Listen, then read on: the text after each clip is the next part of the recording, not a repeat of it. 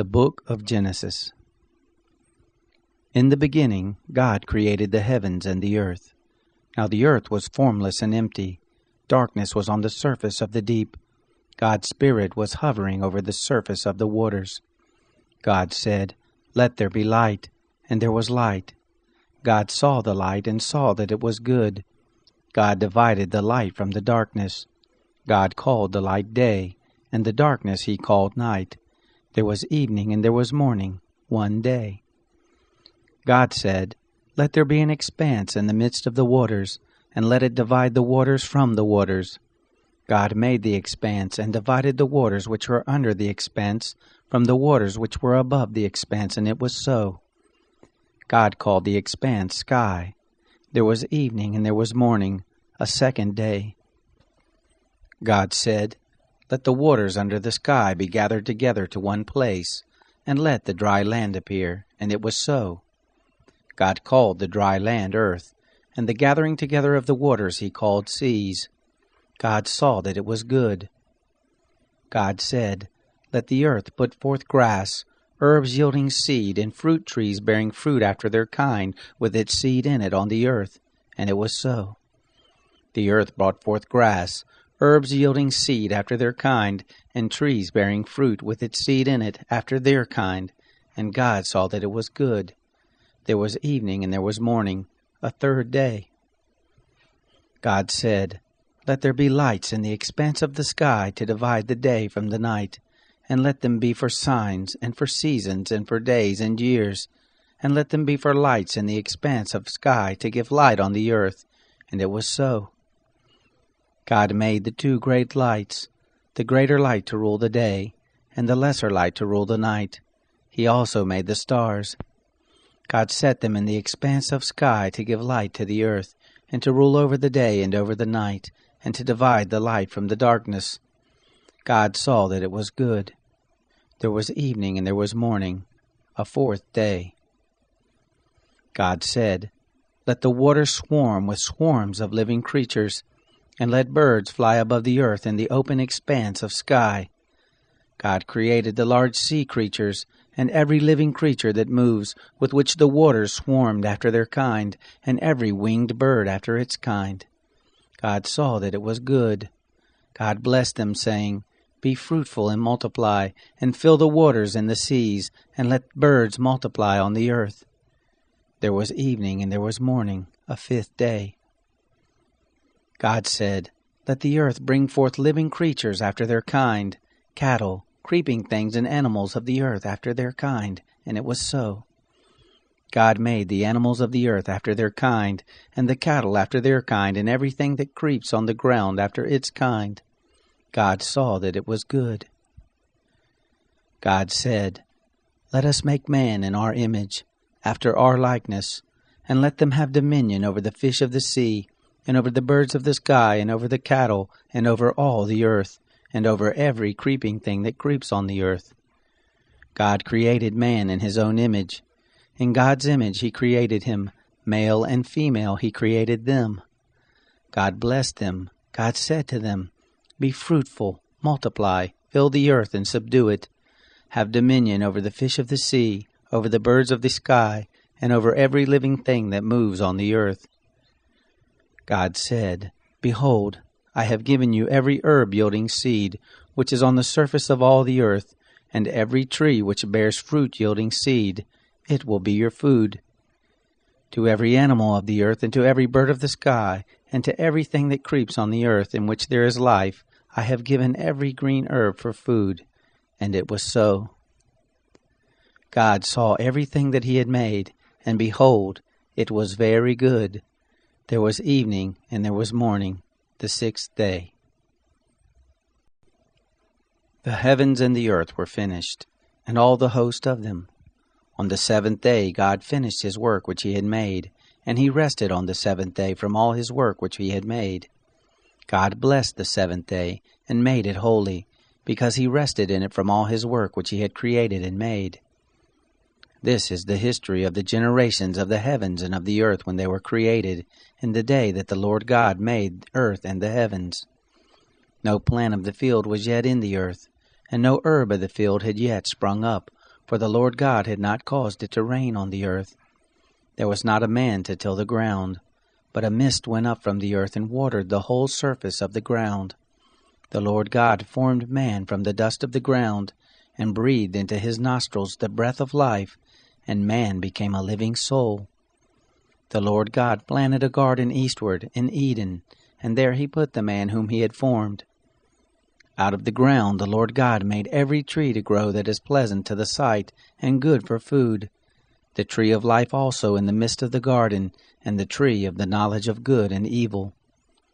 A river went out of Eden to water the garden, and from there it was parted, and became 4 heads. The name of the first is Pishon. This is the one which flows through the whole land of Havilah, where there is gold, and the gold of that land is good. There is aromatic resin and the onyx stone. The name of the second river is Gihon, the same river that flows through the whole land of Cush.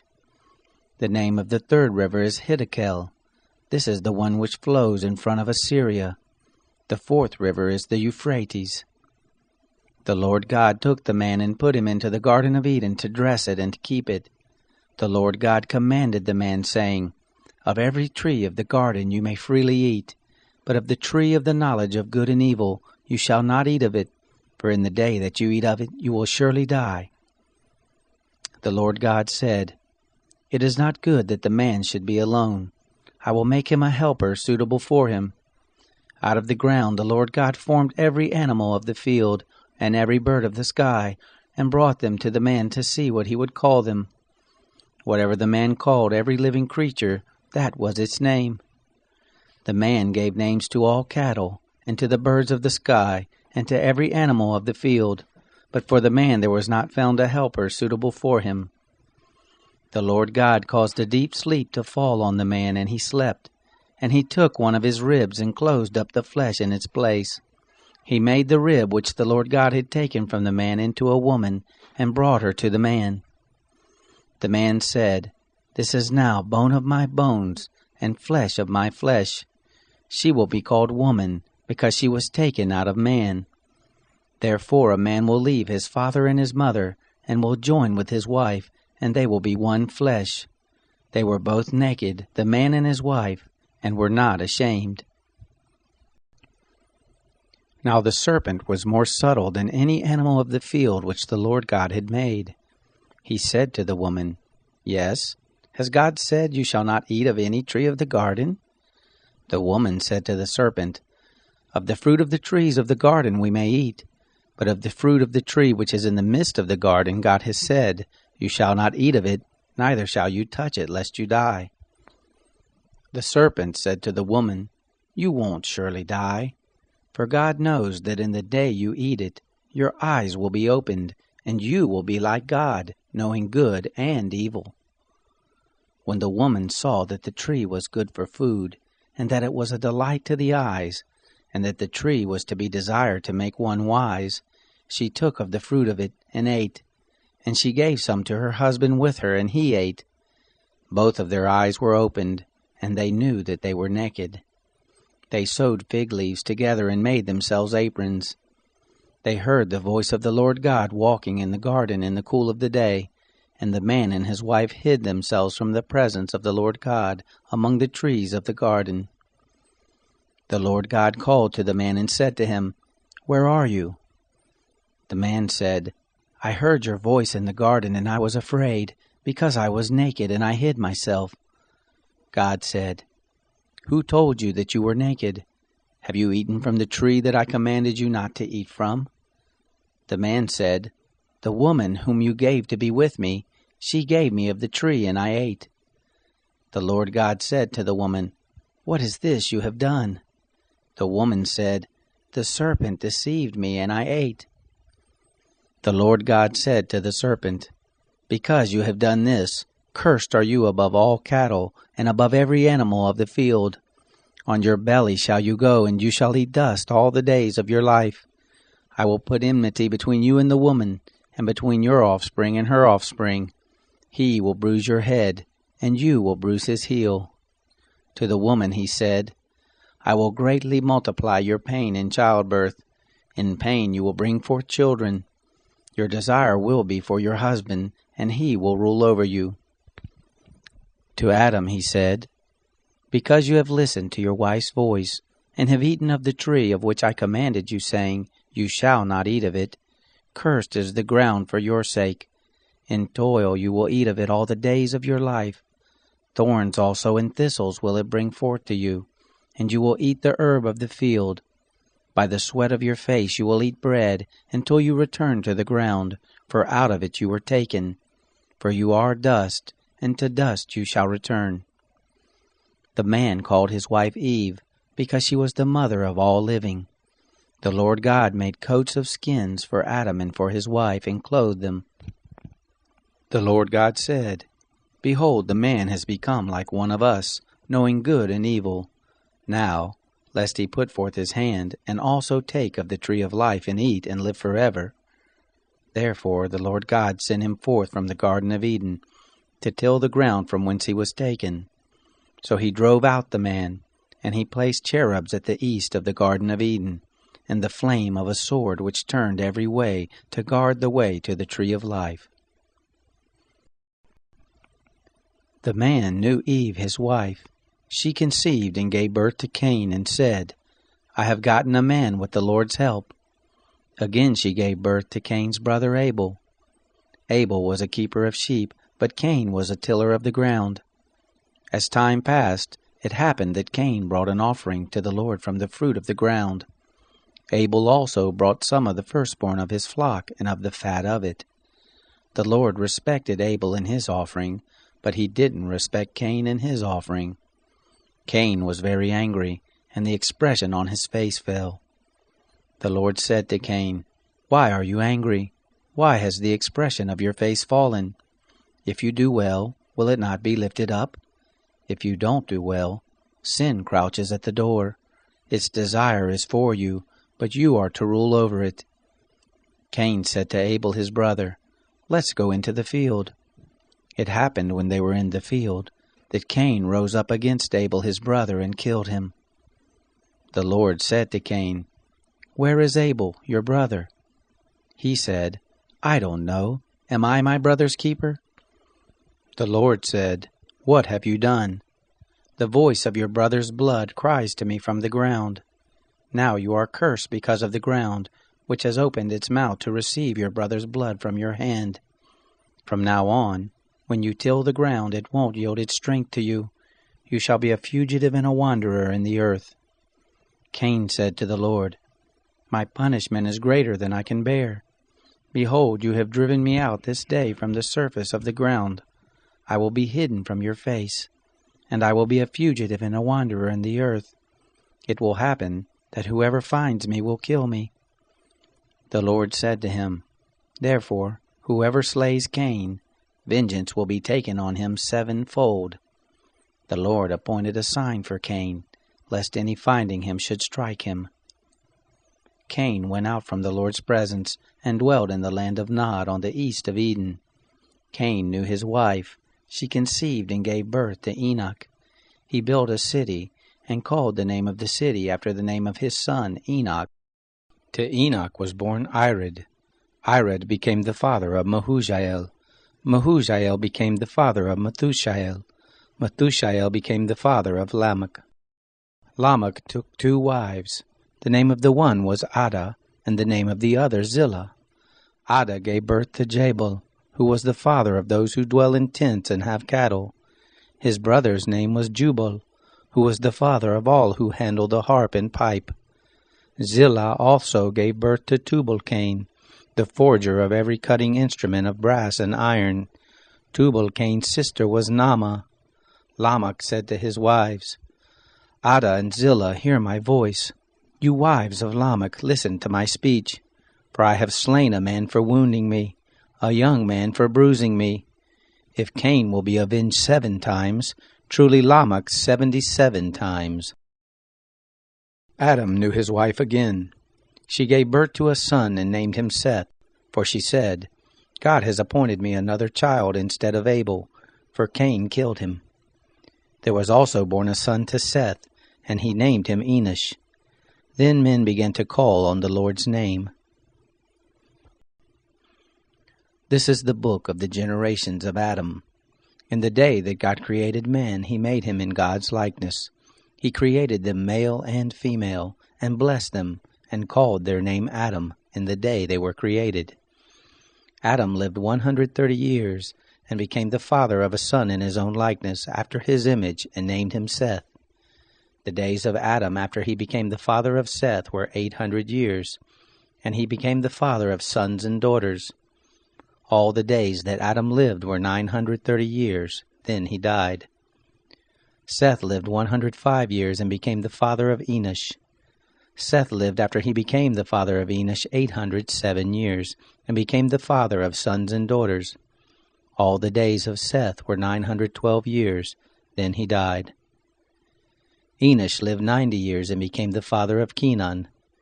Enosh lived after he became the father of Kenan 815 years, and became the father of sons and daughters. All the days of Enosh were 905 years, then he died. Kenan lived 70 years, and became the father of Mahalalel. Kenan lived after he became the father of Mahalalel 840 years, and became the father of sons and daughters. And all the days of Kenan were 910 years, then he died. Mahalalel lived 65 years, and became the father of Jared. Mahalalel lived after he became the father of Jared 830 years, and became the father of sons and daughters. All the days of Mahalalel were 895 years, then he died. Jared lived 162 years, and became the father of Enoch. Jared lived after he became the father of Enoch 800 years, and became the father of sons and daughters. All the days of Jared were 962 years, then he died. Enoch lived 65 years, and became the father of Methuselah. Enoch walked with God after he became the father of Methuselah 300 years, and became the father of sons and daughters. All the days of Enoch were 365 years. Enoch walked with God, and he was not, for God took him. Methuselah lived 187 years, and became the father of Lamech.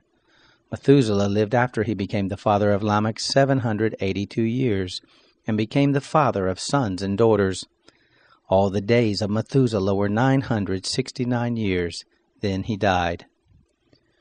Lamech lived 182 years, and became the father of a son, and he named him Noah, saying, "This same will comfort us in our work and in the toil of our hands, because of the ground which the Lord has cursed." Lamech lived after he became the father of Noah 595 years, and became the father of sons and daughters. All the days of Lamech were 777 years, then he died. Noah was 500 years old, and Noah became the father of Shem, Ham, and Japheth. It happened when men began to multiply on the surface of the ground, and daughters were born to them, that God's sons saw that men's daughters were beautiful, and they took for themselves wives of all that they chose. The Lord said, "My spirit will not strive with man forever, because he also is flesh, yet will his days be 120 years. The Nephilim were in the earth in those days, and also after that, when God's sons came to men's daughters. They bore children to them. The same were the mighty men who were of old, men of renown. The Lord saw that the wickedness of man was great in the earth, and that every imagination of the thoughts of his heart was only evil continually. The Lord was sorry that he had made man on the earth, and it grieved him in his heart. The Lord said, "I will destroy man whom I have created from the surface of the ground, man, along with animals, creeping things, and birds of the sky, for I am sorry that I have made them." But Noah found favor in the Lord's eyes. This is the history of the generations of Noah. Noah was a righteous man, blameless among the people of his time. Noah walked with God.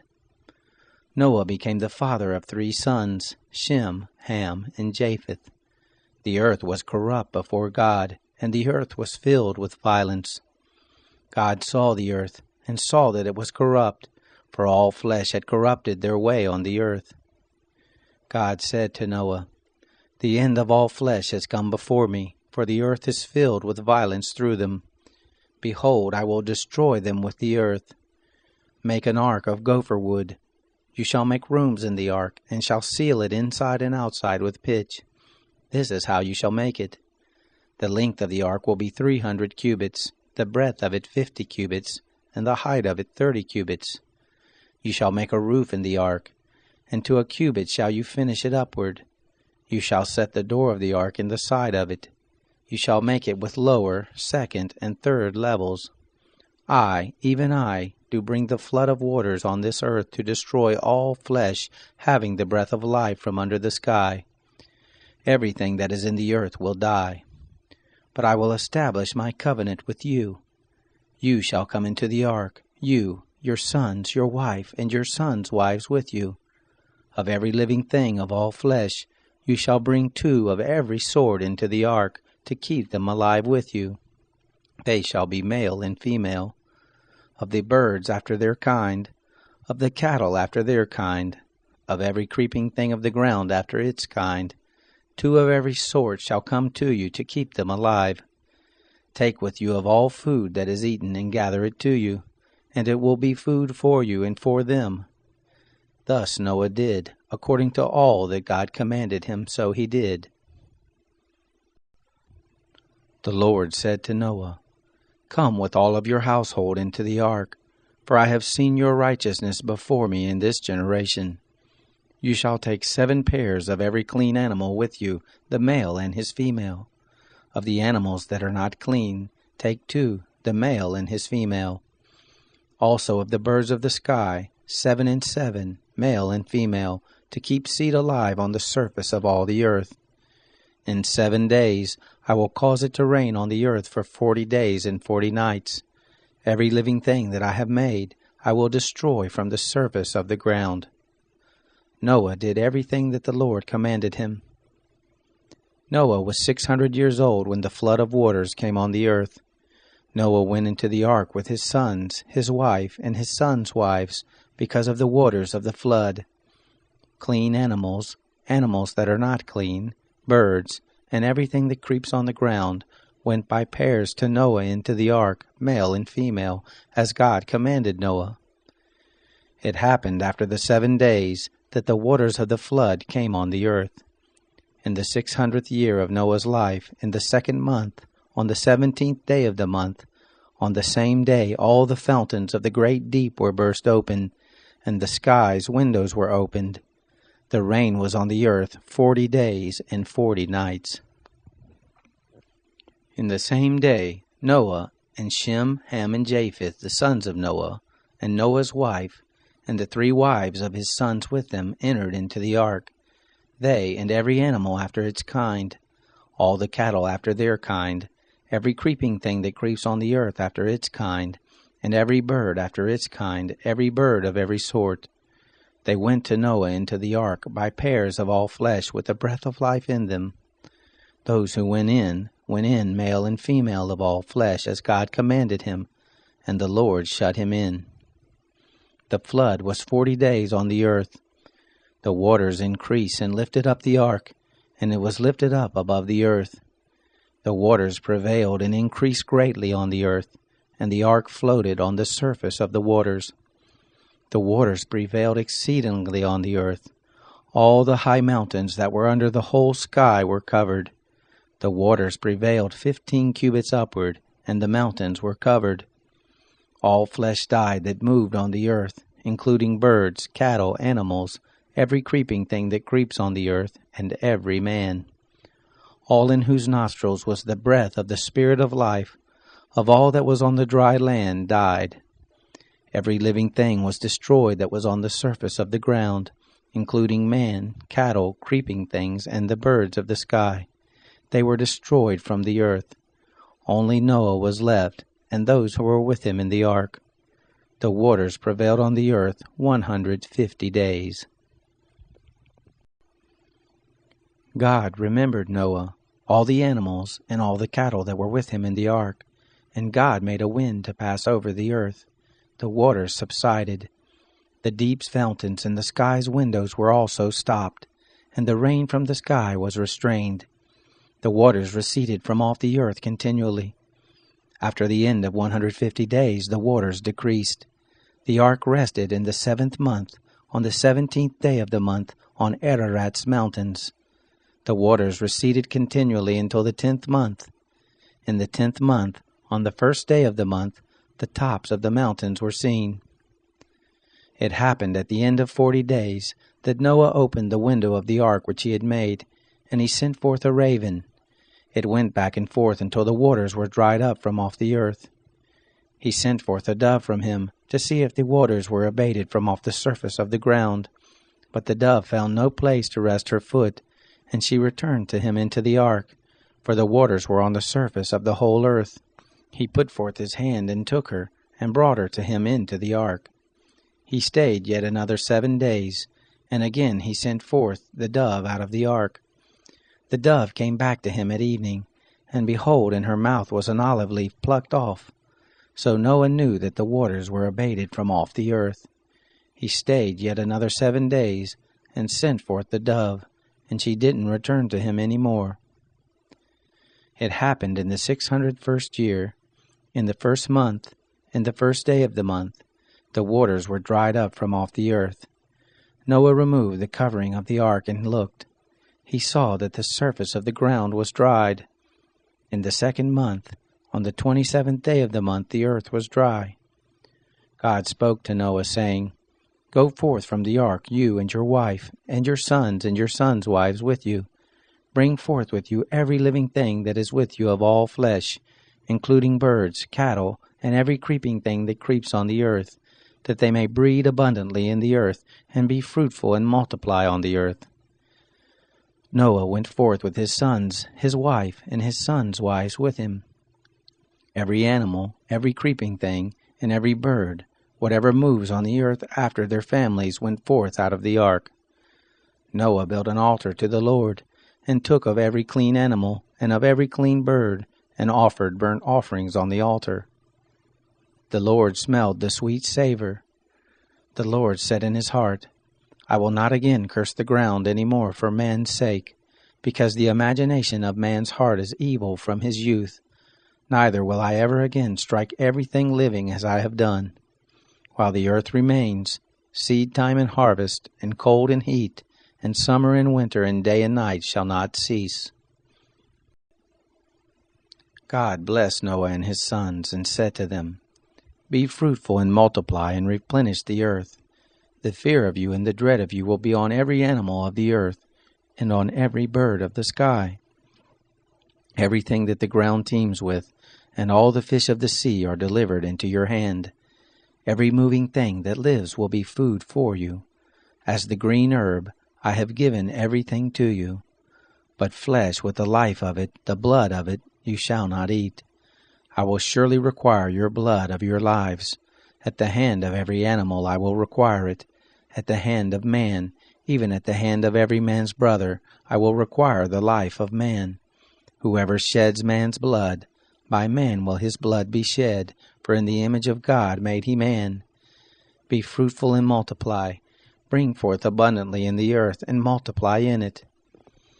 God spoke to Noah and to his sons with him, saying, As for me, behold, I establish my covenant with you, and with your offspring after you, and with every living creature that is with you, the birds, the cattle, and every animal of the earth with you. Of all that go out of the ark, even every animal of the earth, I will establish my covenant with you. Neither will all flesh be cut off any more by the waters of the flood, neither will there any more be a flood to destroy the earth. God said, This is the token of the covenant which I make between me and you, and every living creature that is with you, for perpetual generations. I set my rainbow in the cloud, and it will be for a sign of a covenant between me and the earth. It will happen, when I bring a cloud over the earth, that the rainbow will be seen in the cloud, and I will remember my covenant, which is between me and you, and every living creature of all flesh, and the waters will no more become a flood to destroy all flesh. The rainbow will be in the cloud.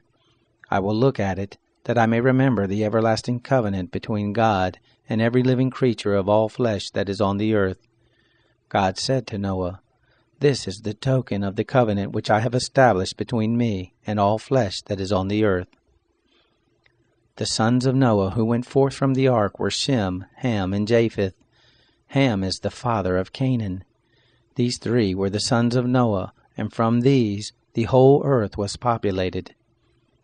Noah began to be a farmer and planted a vineyard. He drank of the wine and got drunk. He was uncovered within his tent. Ham, the father of Canaan, saw the nakedness of his father and told his two brothers outside. Shem and Japheth took a garment and laid it on both their shoulders, went in backwards, and covered the nakedness of their father. Their faces were backwards, and they didn't see their father's nakedness. Noah awoke from his wine and knew what his youngest son had done to him. He said, "Cursed be Canaan. A servant of servants will he be to his brothers." He said, "Blessed be the Lord, the God of Shem. Let Canaan be his servant." God enlarged Japheth. Let him dwell in the tents of Shem. Let Canaan be his servant. Noah lived 350 years after the flood. All the days of Noah were 950 years. Then he died. Now this is the history of the generations of the sons of Noah, and of Shem, Ham, and Japheth. Sons were born to them after the flood. The sons of Japheth: Gomer, Magog, Madai, Javan, Tubal, Meshech, and Tiras. The sons of Gomer: Ashkenaz, Riphath, and Togarmah. The sons of Javan: Elisha, Tarshish, Kittim, and Dodanim.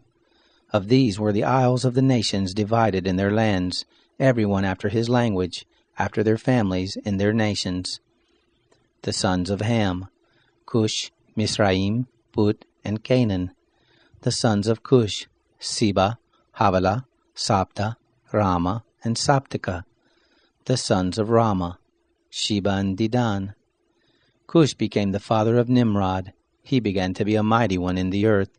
He was a mighty hunter before the Lord. Therefore it is said, like Nimrod, a mighty hunter before the Lord. The beginning of his kingdom was Babel, Erech, Akkad, and Calneh in the land of Shinar. Out of that land he went forth into Assyria and built Nineveh, Rehoboth, Kala, and Resen between Nineveh and Kala. The same is the great city. Mizraim became the father of Ludum, Anamim, Lehabim, and Naphtuhim, Pathrusim, Casluhim, which the Philistines descended from, and Caphtorim. Canaan became the father of Sidon, his firstborn, Heth, the Jebusite, the Amorite, the Girgashite, the Hivite, the Archite, the Sinite, the Arvadite, the Zemarite, and the Hamathite. Afterward the families of the Canaanites were spread abroad.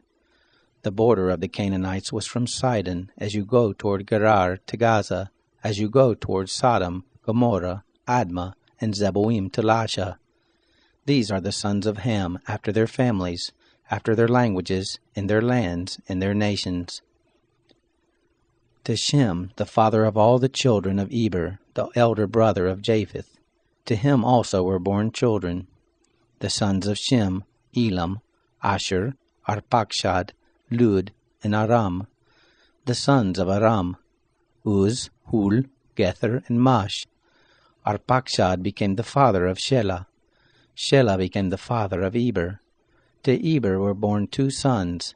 The name of the one was Peleg, for in his days was the earth divided. His brother's name was Joktan. Joktan became the father of Almodad, Sheleph, Hazmarpheth, Jerah, Hadoram, Usal, Dikla, Obal, Abimael, Sheba, Ophir, Havilah, and Jobab. All these were the sons of Joktan.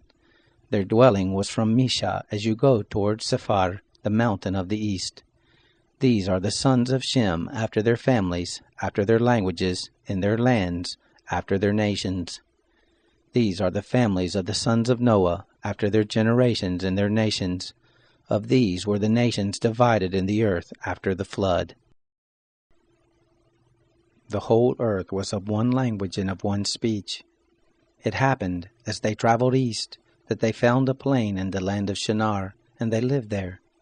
They said one to another, Come, let's make brick and burn them thoroughly. They had brick for stone, and they used tar for mortar. They said, Come, let's build us a city and a tower, whose top reaches to the sky, and let's make us a name, lest we be scattered abroad on the surface of the whole earth. The Lord came down to see the city and the tower which the children of men built. The Lord said, Behold, they are one people, and they have all one language, and this is what they begin to do. Now nothing will be withheld from them which they intend to do. Come, let's go down, and there confuse their language, that they may not understand one another's speech. So the Lord scattered them abroad from there on the surface of all the earth. They stopped building the city. Therefore the name of it was called Babel, because the Lord confused the language of all the earth there. From there the Lord scattered them abroad on the surface of all the earth.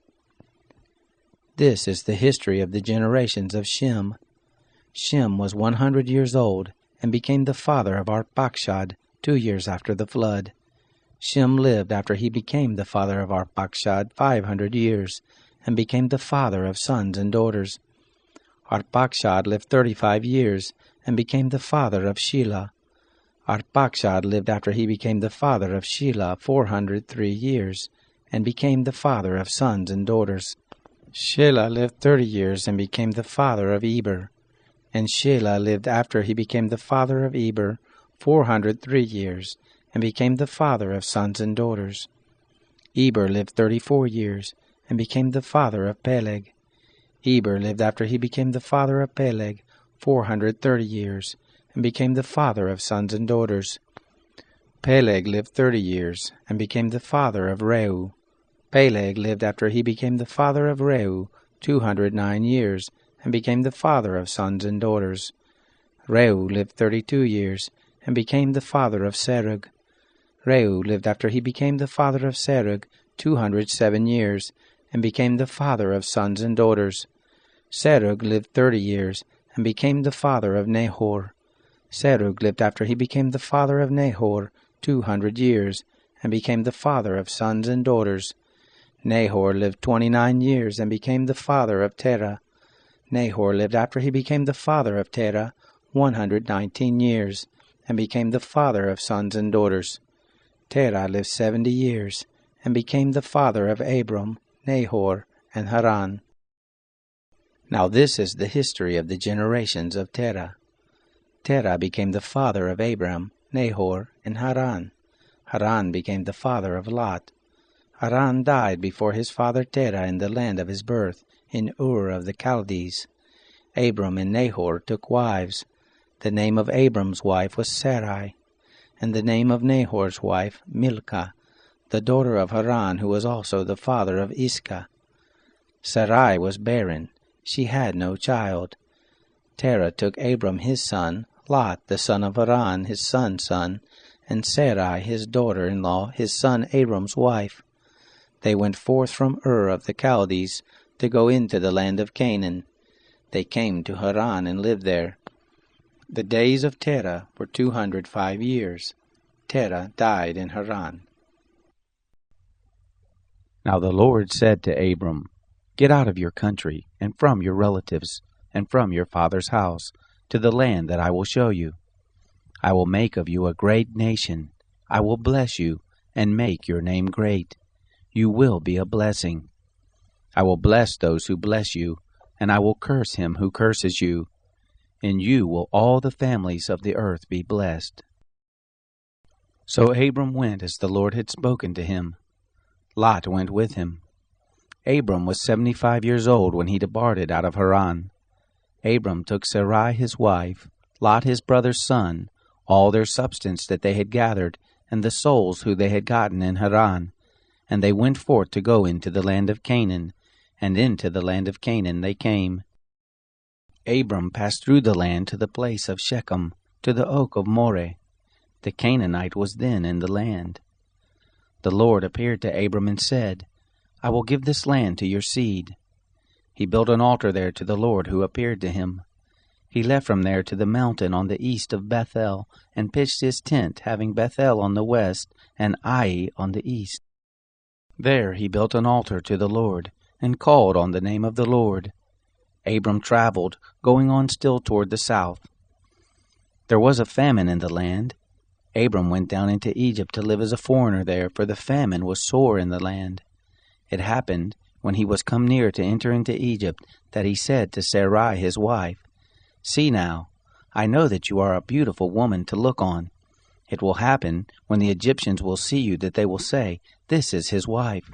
They will kill me, but they will save you alive. Please say that you are my sister, that it may be well with me for your sake, and that my soul may live because of you. It happened that when Abram had come into Egypt, the Egyptians saw that the woman was very beautiful. The princes of Pharaoh saw her and praised her to Pharaoh, and the woman was taken into Pharaoh's house. He dealt well with Abram for her sake. He had sheep and oxen and male donkeys, and men servants and maid servants and female donkeys and camels. The Lord plagued Pharaoh and his house with great plagues because of Sarai, Abram's wife. Pharaoh called Abram and said, What is this that you have done to me? Why didn't you tell me that she was your wife? Why did you say, She is my sister, so that I took her to be my wife? Now, therefore, see your wife, take her and go your way. Pharaoh gave men charge concerning him, and they brought him on the way and his wife and all that he had. Abram went up out of Egypt, he, his wife, all that he had, and Lot with him, into the south. Abram was very rich in cattle, in silver, and in gold. He went on his journeys from the south, even to Bethel, to the place where his tent had been at the beginning, between Bethel and Ai, to the place of the altar, which he had made there at the first. There Abram called on the name of the Lord. Lot also, who went with Abram, had flocks and herds and tents. The land was not able to bear them, that they might live together, for their substance was great, so that they could not live together. There was strife between the herdsmen of Abram's cattle and the herdsmen of Lot's cattle, and the Canaanite and the Perizzite lived then in the land. Abram said to Lot, Please, let there be no strife between me and you, and between my herdsmen and your herdsmen, for we are relatives. Isn't the whole land before you? Please separate yourself from me. If you go to the left hand, then I will go to the right, or if you go to the right hand, then I will go to the left. Lot lifted up his eyes and saw all the plain of the Jordan, that it was well watered everywhere, before the Lord destroyed Sodom and Gomorrah. It was like the garden of the Lord, like the land of Egypt as you go to Zoar. So Lot chose the plain of the Jordan for himself. Lot traveled east, and they separated themselves the one from the other. Abram lived in the land of Canaan, and Lot lived in the cities of the plain, and moved his tent as far as Sodom. Now the men of Sodom were exceedingly wicked, and sinners against the Lord. The Lord said to Abram, after Lot was separated from him, Now lift up your eyes and look from the place where you are, northward and southward, and eastward and westward. For all the land which you see I will give to you, and to your offspring forever. I will make your offspring as the dust of the earth, so that if a man can number the dust of the earth, then your seed may also be numbered. Arise, walk through the land in the length of it, and in the breadth of it, for I will give it to you. Abram moved his tent and came and lived by the oaks of Mamre, which are in Hebron, and built an altar there to the Lord.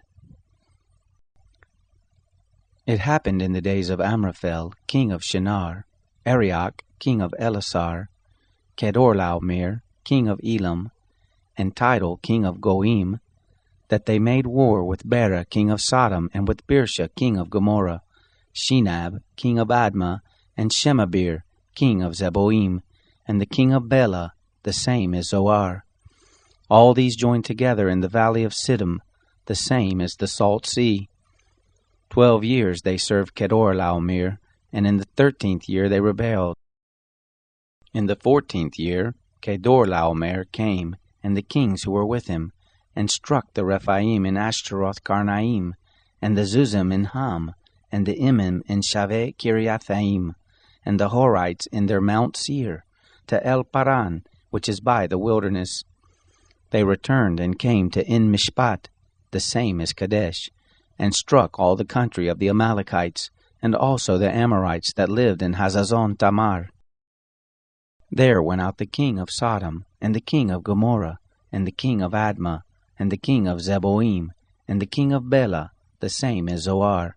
And they set the battle in array against them in the valley of Siddim, against Kedorlaomer king of Elam, and Tidal king of Goim, and Amraphel king of Shinar, and Arioch king of Elasar, 4 kings against the 5. Now the valley of Siddim was full of tar pits, and the kings of Sodom and Gomorrah fled, and they fell there, and those who remained fled to the mountain.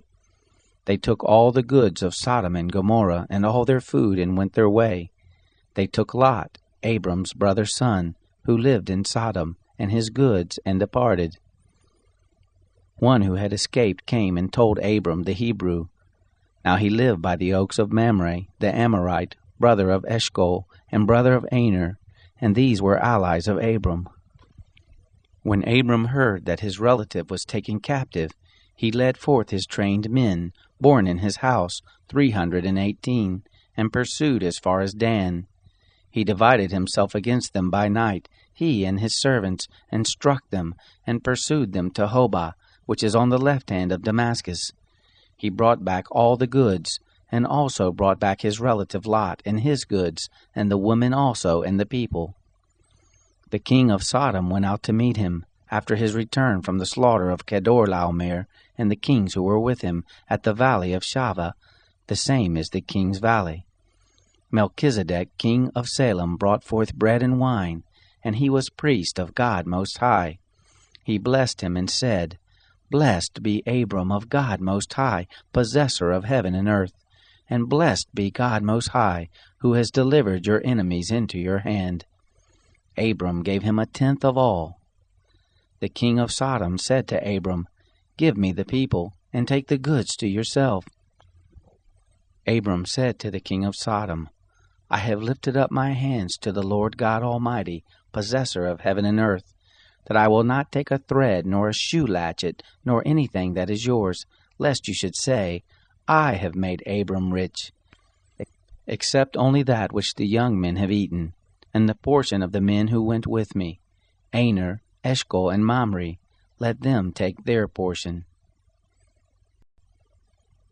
After these things the word of the Lord came to Abram in a vision, saying, Don't be afraid, Abram. I am your shield, your exceedingly great reward. Abram said, Lord God, what will you give me, seeing I go childless, and he who will inherit my estate is Eliezer of Damascus? Abram said, Behold, to me you have given no seed, and behold, one born in my house is my heir. Behold, the word of the Lord came to him, saying, This man will not be your heir, but he who will come forth out of your own body will be your heir.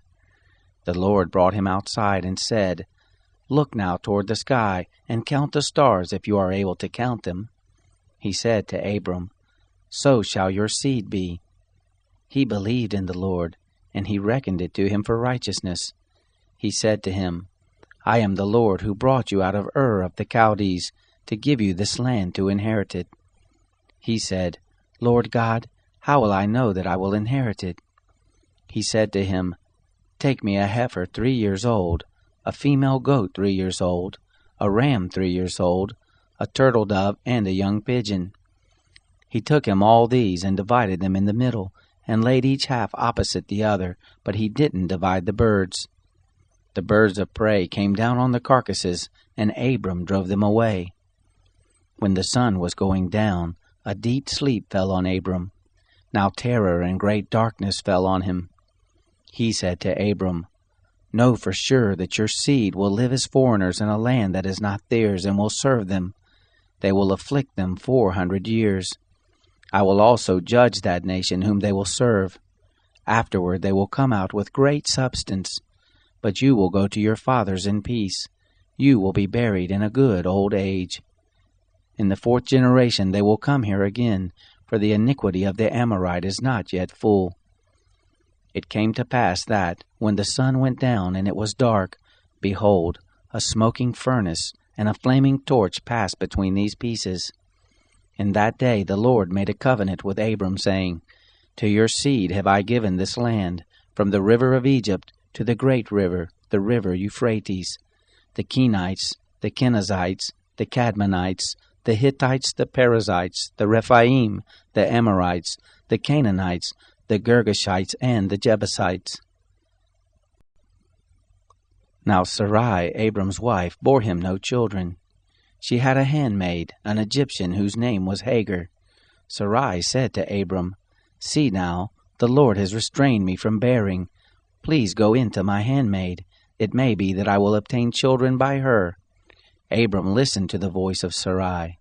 Sarai, Abram's wife, took Hagar the Egyptian, her handmaid, after Abram had lived 10 years in the land of Canaan, and gave her to Abram her husband to be his wife.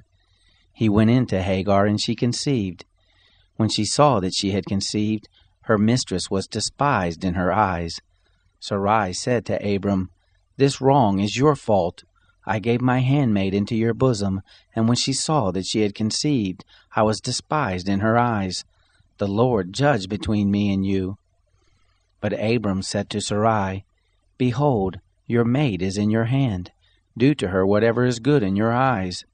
Sarai dealt harshly with her, and she fled from her face. The angel of the Lord found her by a fountain of water in the wilderness, by the fountain in the way to Shur. He said, Hagar, Sarai's handmaid, where did you come from? Where are you going? She said, I am fleeing from the face of my mistress Sarai. The angel of the Lord said to her, Return to your mistress and submit yourself under her hands. The angel of the Lord said to her, I will greatly multiply your seed, and they will not be numbered for multitude. The angel of the Lord said to her, Behold, you are with child, and will bear a son. You shall call his name Ishmael, because the Lord has heard your affliction. He will be like a wild donkey among men. His hand will be against every man, and every man's hand against him. He will live opposite all of his brothers. She called the name of the Lord, who spoke to her, You are a God who sees. For she said, Have I even stayed alive after seeing him? Therefore the well was called Beer Lahairoi. Behold, it is between Kadesh and Bered. Hagar bore a son for Abram. Abram called the name of his son, whom Hagar bore, Ishmael. Abram was 86 years old when Hagar bore Ishmael to Abram.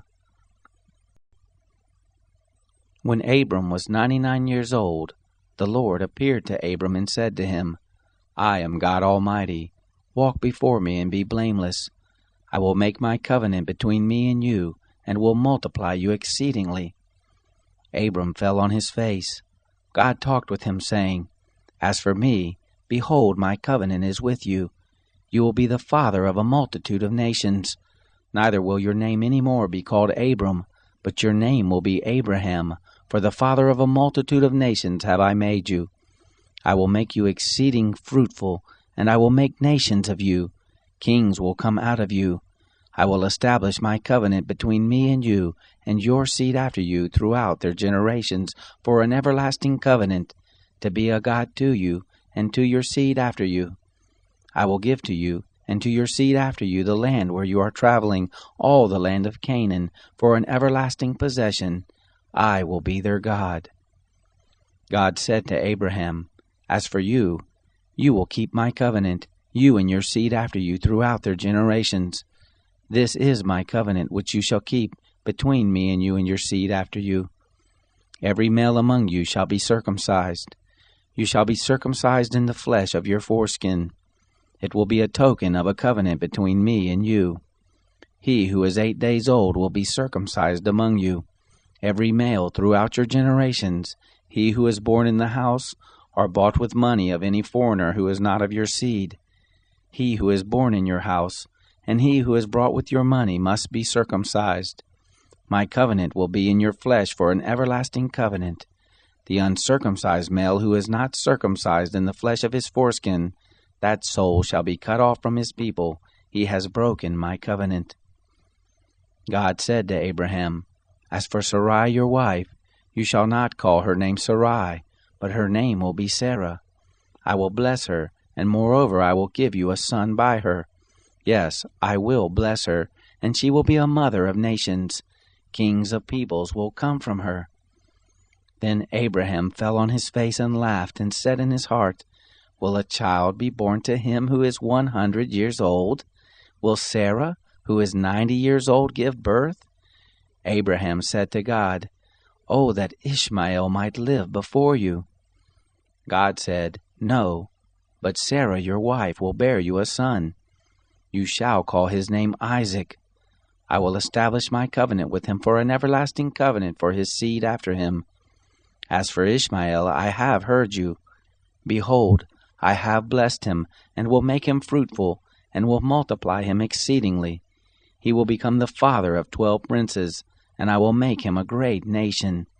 But my covenant I will establish with Isaac, whom Sarah will bear to you at this time next year." When he had finished talking with him, God went up from Abraham.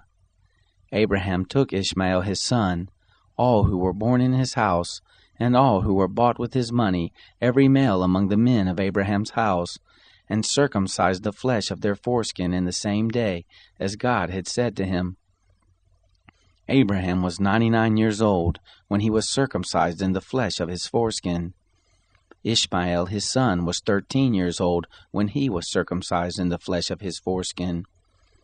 In the same day both Abraham and Ishmael his son were circumcised. All the men of his house, those born in the house and those bought with money of a foreigner, were circumcised with him. The Lord appeared to him by the oaks of Mamre, as he sat in the tent door in the heat of the day. He lifted up his eyes and looked, and saw that 3 men stood opposite him. When he saw them, he ran to meet them from the tent door, and bowed himself to the earth, and said, "My Lord, if now I have found favor in your sight, please don't go away from your servant. Now let a little water be fetched, wash your feet, and rest yourselves under the tree. I will get a morsel of bread, so you can refresh your heart. After that you may go your way, now that you have come to your servant." They said, "Very well, do as you have said." Abraham hurried into the tent to Sarah and said, "Quickly make ready 3 measures of fine meal. Mix it and make cakes." Abraham ran to the herd and fetched a tender and good calf and gave it to the servant. He hurried to dress it. He took butter, milk, and the calf which he had dressed, and set it before them. He stood by them under the tree, and they ate. They said to him, "Where is Sarah your wife?" He said, "See, in the tent." He said, "I will certainly return to you when the season comes round. Behold, Sarah your wife will have a son." Sarah heard in the tent door which was behind him. Now Abraham and Sarah were old, well advanced in age. It had ceased to be with Sarah after the manner of women. Sarah laughed within herself, saying, "After I have grown old, will I have pleasure, my Lord being old also?" The Lord said to Abraham, "Why did Sarah laugh, saying, 'Will I really bear a child, yet I am old?' Is anything too hard for the Lord? At the set time I will return to you, when the season comes round, and Sarah will have a son." Then Sarah denied, saying, "I didn't laugh," for she was afraid. He said, "No, but you did laugh." The men rose up from there and looked toward Sodom. Abraham went with them to see them on their way. The Lord said, "Will I hide from Abraham that which I do? Seeing that Abraham has surely become a great and mighty nation, and all the nations of the earth will be blessed in him. For I have known him, to the end that he may command his children and his household after him, that they may keep the way of the Lord, to do righteousness and justice, to the end that the Lord may bring on Abraham that which he has spoken of him." The Lord said, "Because the cry of Sodom and Gomorrah is great, and because their sin is very grievous, I will go down now and see whether they have done altogether according to the cry of it, which is come to me. If not, I will know." The men turned from there and went toward Sodom, but Abraham stood yet before the Lord. Abraham drew near and said, "Will you consume the righteous with the wicked? What if there are 50 righteous within the city? Will you consume and not spare the place for the 50 righteous who are therein? Be it far from you to do things like that, to kill the righteous with the wicked, that so the righteous should be as the wicked? May that be far from you. Shouldn't the judge of all the earth do right?" The Lord said, "If I find in Sodom 50 righteous within the city, then I will spare all the place for their sake." Abraham answered, "See now, I have taken it on myself to speak to the Lord, who am but dust and ashes. What if there lack 5 of the 50 righteous? Will you destroy all the city for lack of 5? He said, "I will not destroy it if I find 45 there." He spoke to him yet again and said, "What if there are 40 found there?" He said, "I will not do it for the 40's sake." He said, "Oh, don't let the Lord be angry, and I will speak. What if there are found 30 there?" He said, "I will not do it if I find 30 there." He said, "See now, I have taken it on myself to speak to the Lord. What if there are 20 found there?" He said, "I will not destroy it for the 20's sake." He said, "Oh, don't let the Lord be angry, and I will speak yet but this once. What if 10 are found there?" He said, "I will not destroy it for the 10's sake."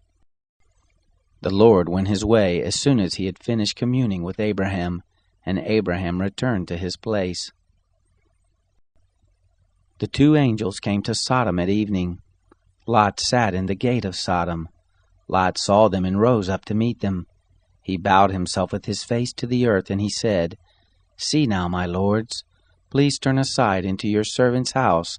Stay all night, wash your feet, and you will rise up early and go on your way." They said, "No, but we will stay in the streets all night." He urged them greatly, and they came in with him and entered into his house. He made them a feast and baked unleavened bread, and they ate. But before they lay down, the men of the city, the men of Sodom, surrounded the house, both young and old, all the people from every quarter. They called to Lot and said to him, "Where are the men who came in to you this night? Bring them out to us, that we may have sex with them." Lot went out to them to the door and shut the door after him. He said, "Please, my brothers, don't act so wickedly. See now, I have 2 virgin daughters. Please let me bring them out to you, and do you to them as is good in your eyes. Only don't do anything to these men, because they have come under the shadow of my roof." They said, "Stand back." They said, "This fellow came in to live as a foreigner, and he appoints himself a judge. Now we will deal worse with you than with them." They pressed hard on the man, even Lot, and drew near to break the door. But the men put forth their hand, and brought Lot into the house to them, and shut the door. They struck the men who were at the door of the house with blindness, both small and great, so that they wearied themselves to find the door. The men said to Lot, "Do you have anybody else here? Sons-in-law, your sons, your daughters, and whoever you have in the city, bring them out of the place, for we will destroy this place, because the cry of them is grown great before the Lord. The Lord has sent us to destroy it." Lot went out and spoke to his sons-in-law, who were pledged to marry his daughters, and said, "Get up, get out of this place, for the Lord will destroy the city." But he seemed to his sons-in-law to be joking. When the morning arose, then the angels hurried Lot, saying, "Arise, take your wife, and your 2 daughters who are here, lest you be consumed in the iniquity of the city." But he lingered, and the men laid hold on his hand, and on the hand of his wife, and on the hand of his 2 daughters, the Lord being merciful to him, and they took him out, and set him outside of the city. It came to pass, when they had taken them out, that he said, "Escape for your life. Don't look behind you, neither stay anywhere in the plain. Escape to the mountain, lest you be consumed." Lot said to them, "Oh, not so, my lord. See now, your servant has found favor in your sight, and you have magnified your loving kindness, which you have shown to me in saving my life. I can't escape to the mountain, lest evil overtake me and I die. See now, this city is near to flee to, and it is a little one. Oh, let me escape there. Isn't it a little one? And my soul will live." He said to him, "Behold, I have granted your request concerning this thing also, that I will not overthrow the city of which you have spoken. Hurry, escape there, for I can't do anything until you get there." Therefore the name of the city was called Zoar. The sun was risen on the earth when Lot came to Zoar. Then the Lord rained on Sodom and on Gomorrah sulfur and fire from the Lord out of the sky. He overthrew those cities, all the plain, all the inhabitants of the cities, and that which grew on the ground. But his wife looked back from behind him, and she became a pillar of salt. Abraham got up early in the morning to the place where he had stood before the Lord. He looked toward Sodom and Gomorrah, and toward all the land of the plain, and looked, and saw that the smoke of the land went up as the smoke of a furnace. It happened, when God destroyed the cities of the plain, that God remembered Abraham, and sent Lot out of the midst of the overthrow, when he overthrew the cities in which Lot lived. Lot went up out of Zoar, and lived in the mountain, and his 2 daughters with him, for he was afraid to live in Zoar. He lived in a cave with his 2 daughters. The firstborn said to the younger, Our father is old, and there is not a man in the earth to come into us after the manner of all the earth. Come, let's make our father drink wine, and we will lie with him, that we may preserve our father's seed. They made their father drink wine that night, and the firstborn went in and lay with her father. He didn't know when she lay down, nor when she arose. It came to pass on the next day that the firstborn said to the younger, Behold, I lay last night with my father. Let us make him drink wine again tonight. You go in and lie with him, that we may preserve our father's seed. They made their father drink wine that night also. The younger arose and lay with him. He didn't know when she lay down, nor when she arose. Thus both of Lot's daughters were with child by their father. The firstborn bore a son, and named him Moab. The same is the father of the Moabites to this day. The younger also bore a son, and called his name Ben-Ammi. The same is the father of the children of Ammon to this day. Abraham traveled from there toward the land of the south, and lived between Kadesh and Shur. He lived as a foreigner in Gerar. Abraham said about Sarah his wife, She is my sister. Abimelech king of Gerar sent and took Sarah. But God came to Abimelech in a dream of the night, and said to him, Behold, you are a dead man, because of the woman whom you have taken, for she is a man's wife. Now Abimelech had not come near her. He said, Lord, will you kill even a righteous nation? Didn't he tell me she is my sister? She, even she herself, said, He is my brother. In the integrity of my heart and the innocence of my hands have I done this. God said to him in the dream, Yes, I know that in the integrity of your heart you have done this, and I also withheld you from sinning against me. Therefore I didn't allow you to touch her. Now therefore restore the man's wife, for he is a prophet, and he will pray for you, and you will live. If you don't restore her, know for sure that you will die, you and all who are yours. Abimelech rose early in the morning, and called all his servants, and told all these things in their ear. The men were very scared. Then Abimelech called Abraham, and said to him, What have you done to us?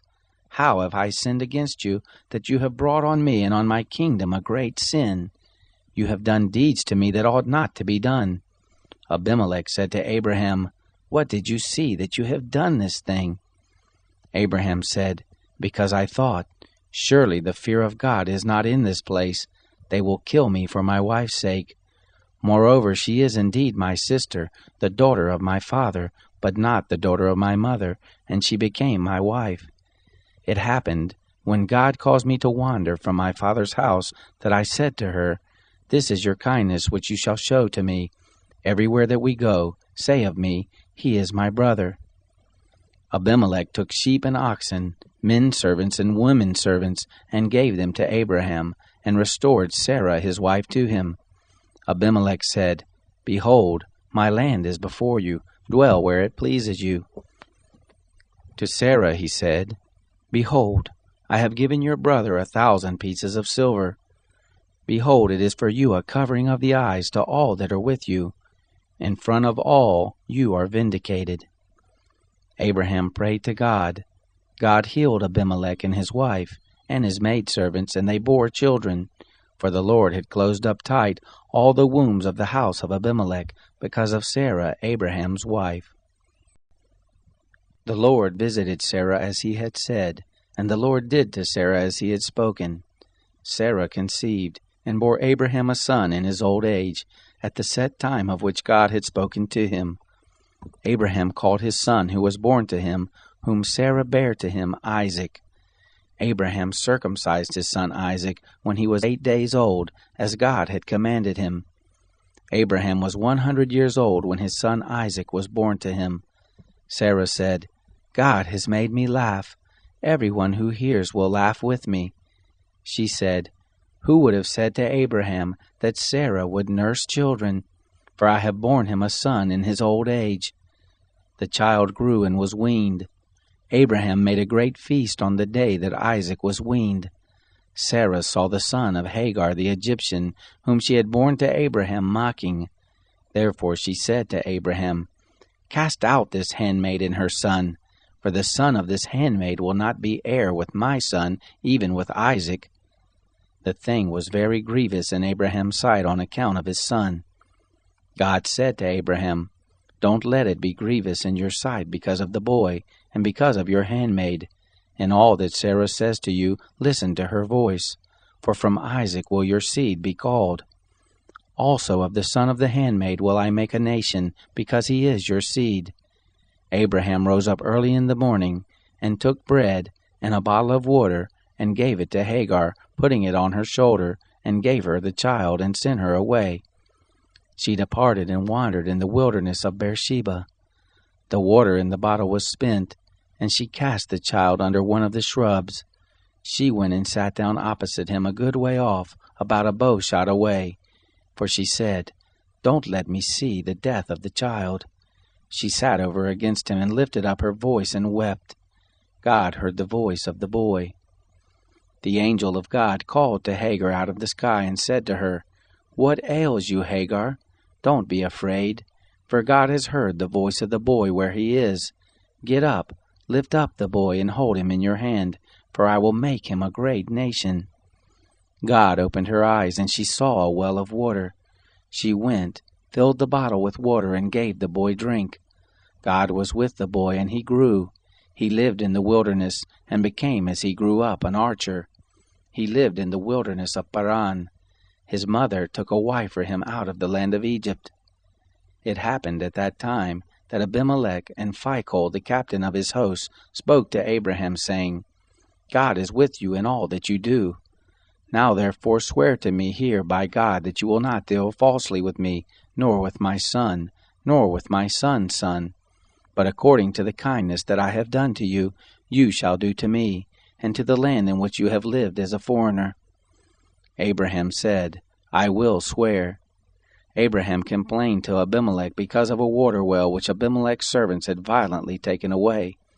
Abimelech said, I don't know who has done this thing, neither did you tell me, neither did I hear of it until today.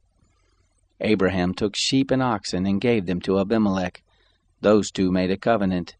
Abraham set 7 ewe lambs of the flock by themselves. Abimelech said to Abraham, What do these 7 ewe lambs which you have set by themselves mean? He said, You shall take these 7 ewe lambs from my hand, that it may be a witness to me that I have dug this well. Therefore he called that place Beersheba, because they both swore there. So they made a covenant at Beersheba. Abimelech rose up with Phicol, the captain of his host, and they returned into the land of the Philistines. Abraham planted a tamarisk tree in Beersheba, and called there on the name of the Lord, the everlasting God. Abraham lived as a foreigner in the land of the Philistines many days. It happened after these things that God tested Abraham and said to him, Abraham. He said, Here I am. He said, Now take your son, your only son whom you love, even Isaac, and go into the land of Moriah. Offer him there for a burnt offering on one of the mountains which I will tell you of. Abraham rose early in the morning and saddled his donkey, and took 2 of his young men with him and Isaac his son. He split the wood for the burnt offering and rose up, and went to the place of which God had told him. On the 3rd day Abraham lifted up his eyes and saw the place far off. Abraham said to his young men, Stay here with the donkey. The boy and I will go yonder. We will worship and come back to you." Abraham took the wood of the burnt offering and laid it on his son Isaac. He took in his hand the fire and the knife. They both went together. Isaac spoke to Abraham his father and said, "My father?" He said, "Here I am, my son." He said, "Here is the fire and the wood, but where is the lamb for a burnt offering?" Abraham said, "God will provide himself the lamb for a burnt offering, my son." So they both went together. They came to the place which God had told him of. Abraham built the altar there, and laid the wood in order, bound Isaac his son, and laid him on the altar on the wood. Abraham stretched forth his hand, and took the knife to kill his son. The angel of the Lord called to him out of the sky and said, "Abraham, Abraham!" He said, "Here I am."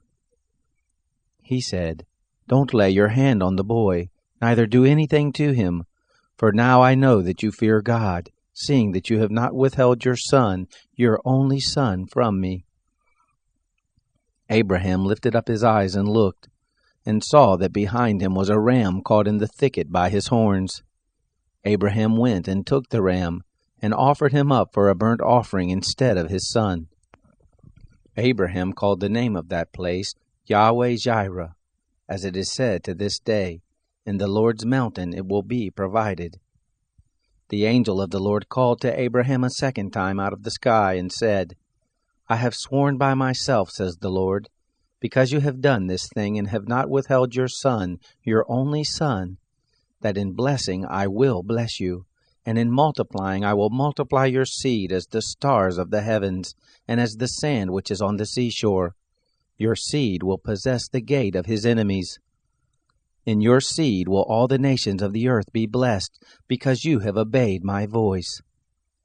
So Abraham returned to his young men, and they rose up and went together to Beersheba. Abraham lived at Beersheba.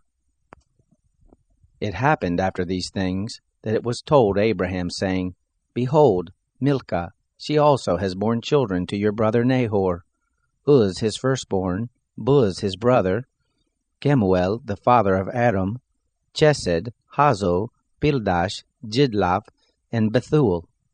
Bethuel became the father of Rebekah. These 8 Milcah bore to Nahor, Abraham's brother.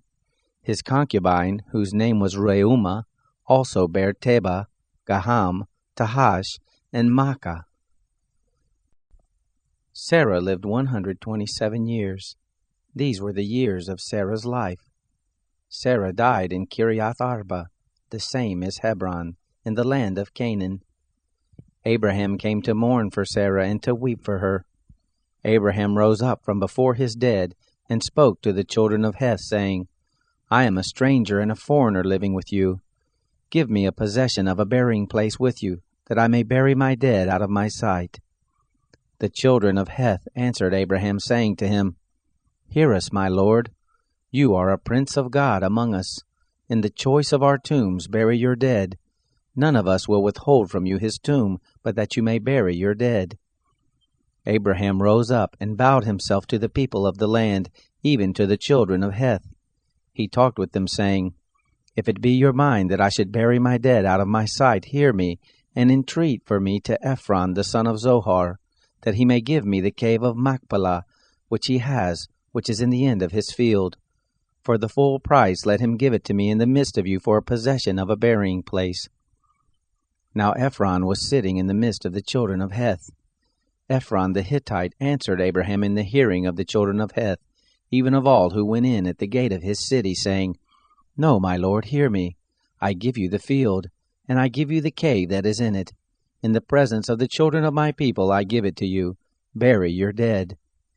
Abraham bowed himself down before the people of the land.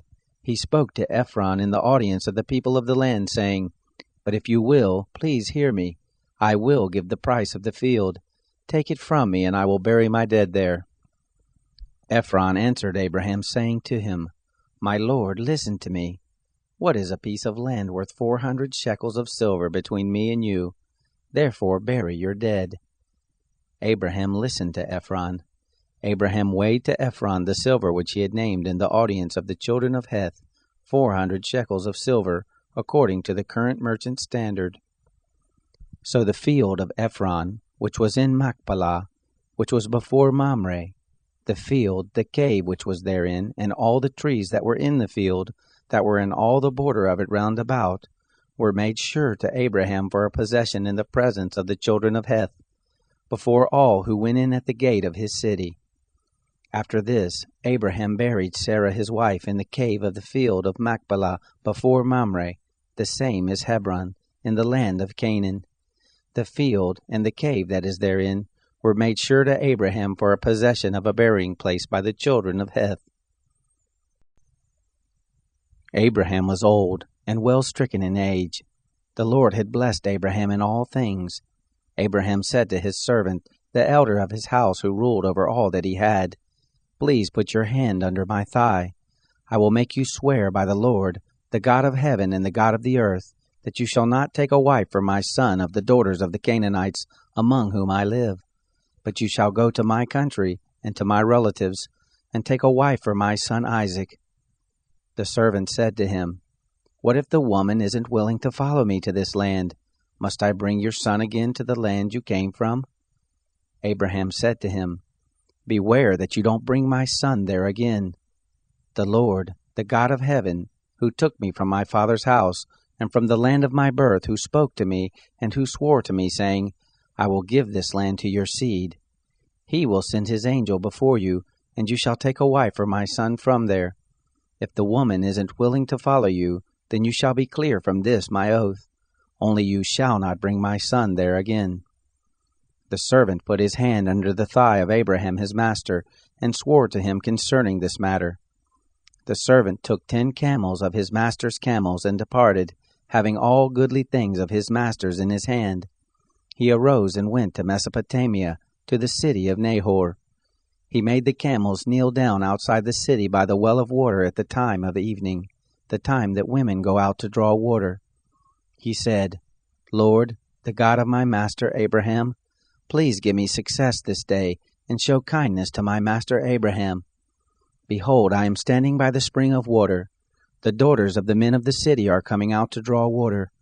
Let it happen that the young lady to whom I will say, Please let down your pitcher that I may drink, she will say, Drink, and I will also give your camels a drink. Let the same be she who you have appointed for your servant Isaac. Thereby will I know that you have shown kindness to my master. It happened, before he had done speaking, that behold, Rebekah came out, who was born to Bethuel the son of Milcah, the wife of Nahor, Abraham's brother, with a pitcher on her shoulder. The young lady was very beautiful to look at, a virgin, neither had any man known her. She went down to the spring, filled her pitcher, and came up. The servant ran to meet her and said, Please give me a drink, a little water from your pitcher. She said, Drink, my lord. She hurried and let down her pitcher on her hand and gave him drink. When she had done giving him drink, she said, I will also draw for your camels until they have done drinking. She hurried and emptied her pitcher into the trough, and ran again to the well to draw, and drew for all his camels. The man looked steadfastly at her, holding his peace, to know whether the Lord had made his journey prosperous or not.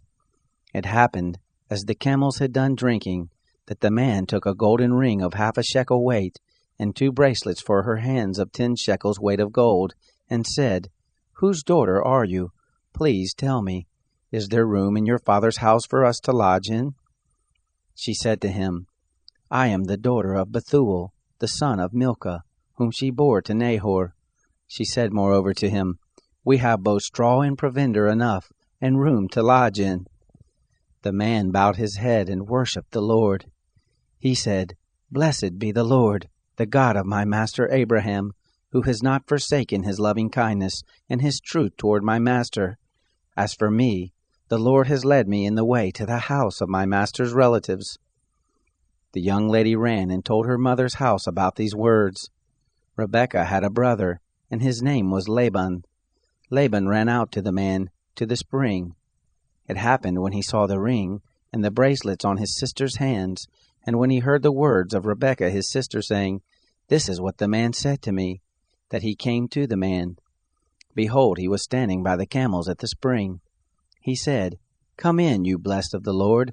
Why do you stand outside? For I have prepared the house and room for the camels." The man came into the house, and he unloaded the camels. He gave straw and provender for the camels, and water to wash his feet, and the feet of the men who were with him. Food was set before him to eat, but he said, "I will not eat until I have told my message." He said, "Speak on." He said, "I am Abraham's servant. The Lord has blessed my master greatly. He has become great. He has given him flocks and herds, silver and gold, men servants and maidservants, and camels and donkeys. Sarah, my master's wife, bore a son to my master when she was old.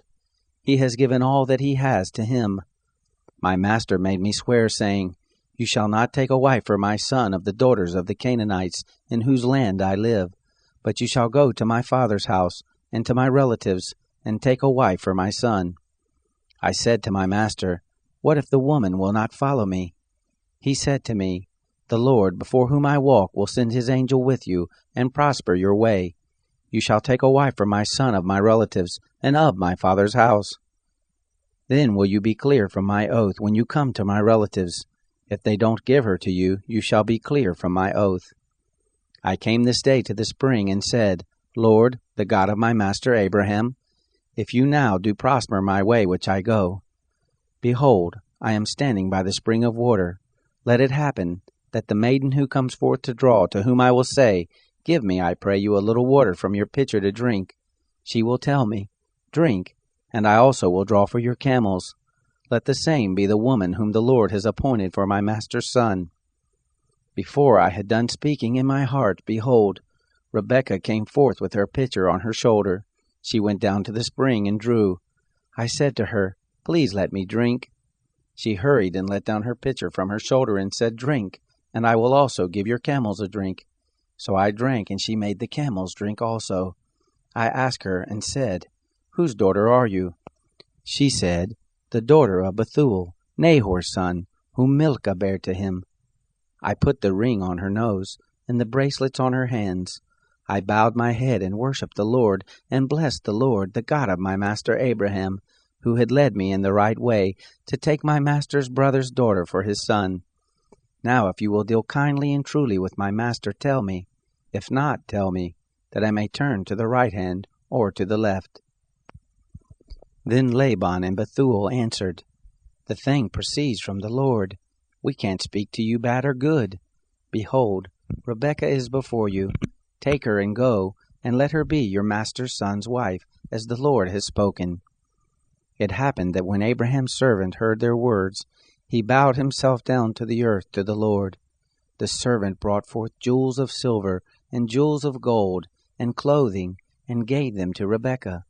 He gave also to her brother and to her mother precious things.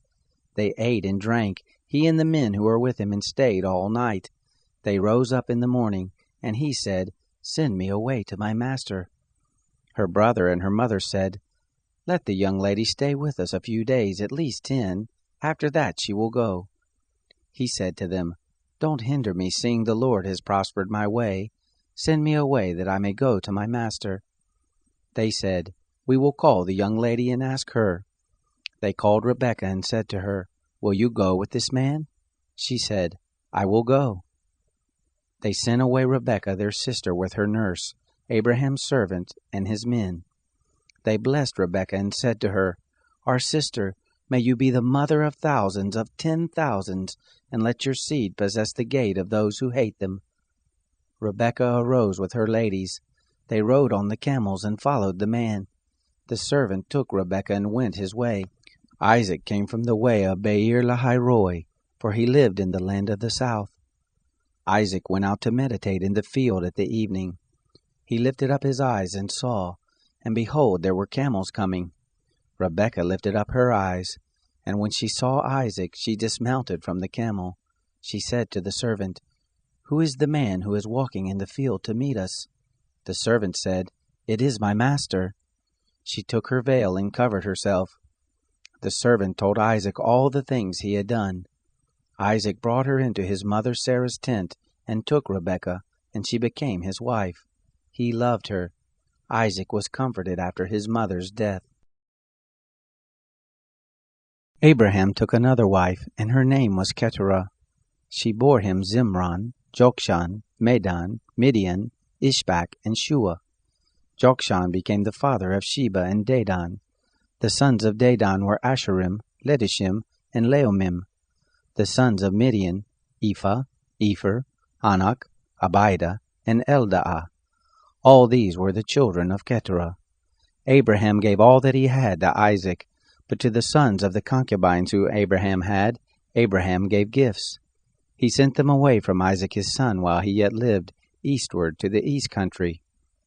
These are the days of the years of Abraham's life which he lived, 175 years. Abraham gave up the spirit and died in a good old age, an old man and full of years, and was gathered to his people. Isaac and Ishmael his sons buried him in the cave of Machpelah, in the field of Ephron, the son of Zohar the Hittite, which is before Mamre, the field which Abraham purchased of the children of Heth. There was Abraham buried with Sarah his wife. It happened after the death of Abraham that God blessed Isaac his son. Isaac lived by Beer Lahai Roi. Now this is the history of the generations of Ishmael, Abraham's son, whom Hagar the Egyptian, Sarah's handmaid, bore to Abraham.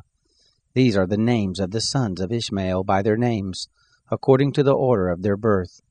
The firstborn of Ishmael, Nebaioth, then Kedar, Adbeel, Mibsam, Mishma, Duma, Massa, Hadad, Tema, Jetur, Naphish, and Kedemah.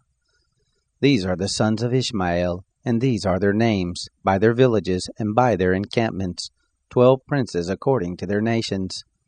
These are the years of the life of Ishmael, 137 years. He gave up the spirit and died, and was gathered to his people. They lived from Havilah to Shur, that is before Egypt, as you go toward Assyria. He lived opposite all his relatives. This is the history of the generations of Isaac, Abraham's son. Abraham became the father of Isaac. Isaac was 40 years old when he took Rebekah, the daughter of Bethuel the Syrian of Padan Aram, the sister of Laban the Syrian, to be his wife. Isaac entreated the Lord for his wife, because she was barren. The Lord was entreated by him, and Rebekah his wife conceived. The children struggled together within her. She said, "If it be so, why do I live?" She went to inquire of the Lord. The Lord said to her, 2 nations are in your womb. 2 peoples will be separated from your body. The one people will be stronger than the other people. The elder will serve the younger. When her days to be delivered were fulfilled, behold, there were twins in her womb. The first came out red all over like a hairy garment. They named him Esau. After that, his brother came out, and his hand had hold on Esau's heel. He was named Jacob. Isaac was 60 years old when she bore them. The boys grew. Esau was a skillful hunter, a man of the field. Jacob was a quiet man living in tents. Now Isaac loved Esau, because he ate his venison. Rebekah loved Jacob. Jacob boiled stew. Esau came in from the field, and he was famished. Esau said to Jacob, "Please feed me with that same red stew, for I am famished." Therefore his name was called Edom. Jacob said, "First, sell me your birthright." Esau said, "Behold, I am about to die. What good is the birthright to me?" Jacob said, "Swear to me first." He swore to him. He sold his birthright to Jacob. Jacob gave Esau bread and stew of lentils. He ate and drank, rose up, and went his way. So Esau despised his birthright. There was a famine in the land, besides the first famine that was in the days of Abraham. Isaac went to Abimelech, king of the Philistines, to Gerar. The Lord appeared to him and said, "Don't go down into Egypt. Dwell in the land which I will tell you of. Sojourn in this land, and I will be with you, and will bless you. For to you and to your seed I will give all these lands, and I will establish the oath which I swore to Abraham your father. I will multiply your seed as the stars of the sky, and will give to your seed all these lands. In your seed will all the nations of the earth be blessed, because Abraham obeyed my voice, and kept my charge, my commandments, my statutes, and my laws. Isaac lived in Gerar. The men of the place asked him about his wife. He said, "She is my sister," for he was afraid to say my wife, lest he thought the men of the place might kill me for Rebekah, because she was beautiful to look on. It happened, when he had been there for a long time, that Abimelech, king of the Philistines, looked out a window, and saw, and behold, Isaac was caressing Rebekah his wife. Abimelech called Isaac and said, "Behold, surely she is your wife. Why did you say, 'She is my sister'?" Isaac said to him, "Because I said, lest I die because of her." Abimelech said, "What is this you have done to us? One of the people might easily have lain with your wife, and you would have brought guilt on us." Abimelech charged all the people, saying, "He who touches this man or his wife will surely be put to death." Isaac sowed in that land, and reaped in the same year 100 times what he planted. The Lord blessed him. The man grew great, and grew more and more, until he became very great. He had possessions of flocks, possessions of herds, and a great household. The Philistines envied him. Now all the wells which his father's servant had dug in the days of Abraham his father, the Philistines had stopped and filled with earth. Abimelech said to Isaac, "Go from us, for you are much mightier than we." Isaac departed from there, and camped in the valley of Gerar, and lived there. Isaac dug again the wells of water, which they had dug in the days of Abraham his father, for the Philistines had stopped them after the death of Abraham. He called their names after the names by which his father had called them. Isaac's servants dug in the valley, and found there a well of springing water. The herdsmen of Gerar argued with Isaac's herdmen, saying, "The water is ours." He called the name of the well Esek, because they contended with him. They dug another well, and they argued over that also. He called the name of it Sitnah. He left that place and dug another well. They didn't argue over that one. He called it Rehoboth. He said, "For now the Lord has made room for us, and we will be fruitful in the land." He went up from there to Beersheba. The Lord appeared to him the same night and said, "I am the God of Abraham your father. Don't be afraid, for I am with you, and will bless you, and multiply your seed for my servant Abraham's sake." He built an altar there, and called on the name of the Lord, and pitched his tent there. There Isaac's servants dug a well. Then Abimelech went to him from Gerar, and Ahuzah his friend, and Phicol the captain of his host. Isaac said to them, "Why have you come to me, since you hate me, and have sent me away from you?" They said, "We saw plainly that the Lord was with you." We said, "Let there now be an oath between us, even between us and you, and let us make a covenant with you, that you will do us no harm, as we have not touched you, and as we have done to you nothing but good, and have sent you away in peace. You are now the blessed of the Lord." He made them a feast, and they ate and drank. They rose up sometime in the morning, and swore to one another. Isaac sent them away, and they departed from him in peace. It happened the same day that Isaac's servants came, and told him concerning the well which they had dug, and said to him, "We have found water." He called it Sheba. Therefore the name of the city is Beersheba to this day. When Esau was 40 years old, he took as wife Judith, the daughter of Beeri the Hittite, and Basemath, the daughter of Elon the Hittite. They grieved Isaac and Rebekah's spirits. It happened that when Isaac was old and his eyes were dim, so that he could not see, he called Esau his elder son, and said to him, "My son?" He said to him, "Here I am." He said, "See now, I am old. I don't know the day of my death. Now therefore please take your weapons, your quiver and your bow, and go out to the field, and take me venison. Make me savory food such as I love, and bring it to me, that I may eat, and that my soul may bless you before I die." Rebekah heard when Isaac spoke to Esau his son. Esau went to the field to hunt for venison, and to bring it. Rebekah spoke to Jacob her son, saying, "Behold, I heard your father speak to Esau your brother, saying, 'Bring me venison, and make me savory food, that I may eat, and bless you before the Lord before my death.' Now therefore, my son, obey my voice according to that which I command you. Go now to the flock, and get me from there 2 good kids of the goats. I will make them savory food for your father, such as he loves. You shall bring it to your father, that he may eat, so that he may bless you before his death." Jacob said to Rebekah his mother, "Behold, Esau my brother is a hairy man, and I am a smooth man. What if my father touches me? I will seem to him as a deceiver, and I would bring a curse on myself and not a blessing." His mother said to him, "Let your curse be on me, my son. Only obey my voice and go get them for me." He went and got them, and brought them to his mother. His mother made savory food such as his father loved. Rebekah took the good clothes of Esau, her elder son, which were with her in the house, and put them on Jacob, her younger son. She put the skins of the kids of the goats on his hands and on the smooth of his neck. She gave the savory food and the bread which she had prepared into the hand of her son Jacob. He came to his father and said, "My father?" He said, "Here I am. Who are you, my son?" Jacob said to his father, "I am Esau, your firstborn.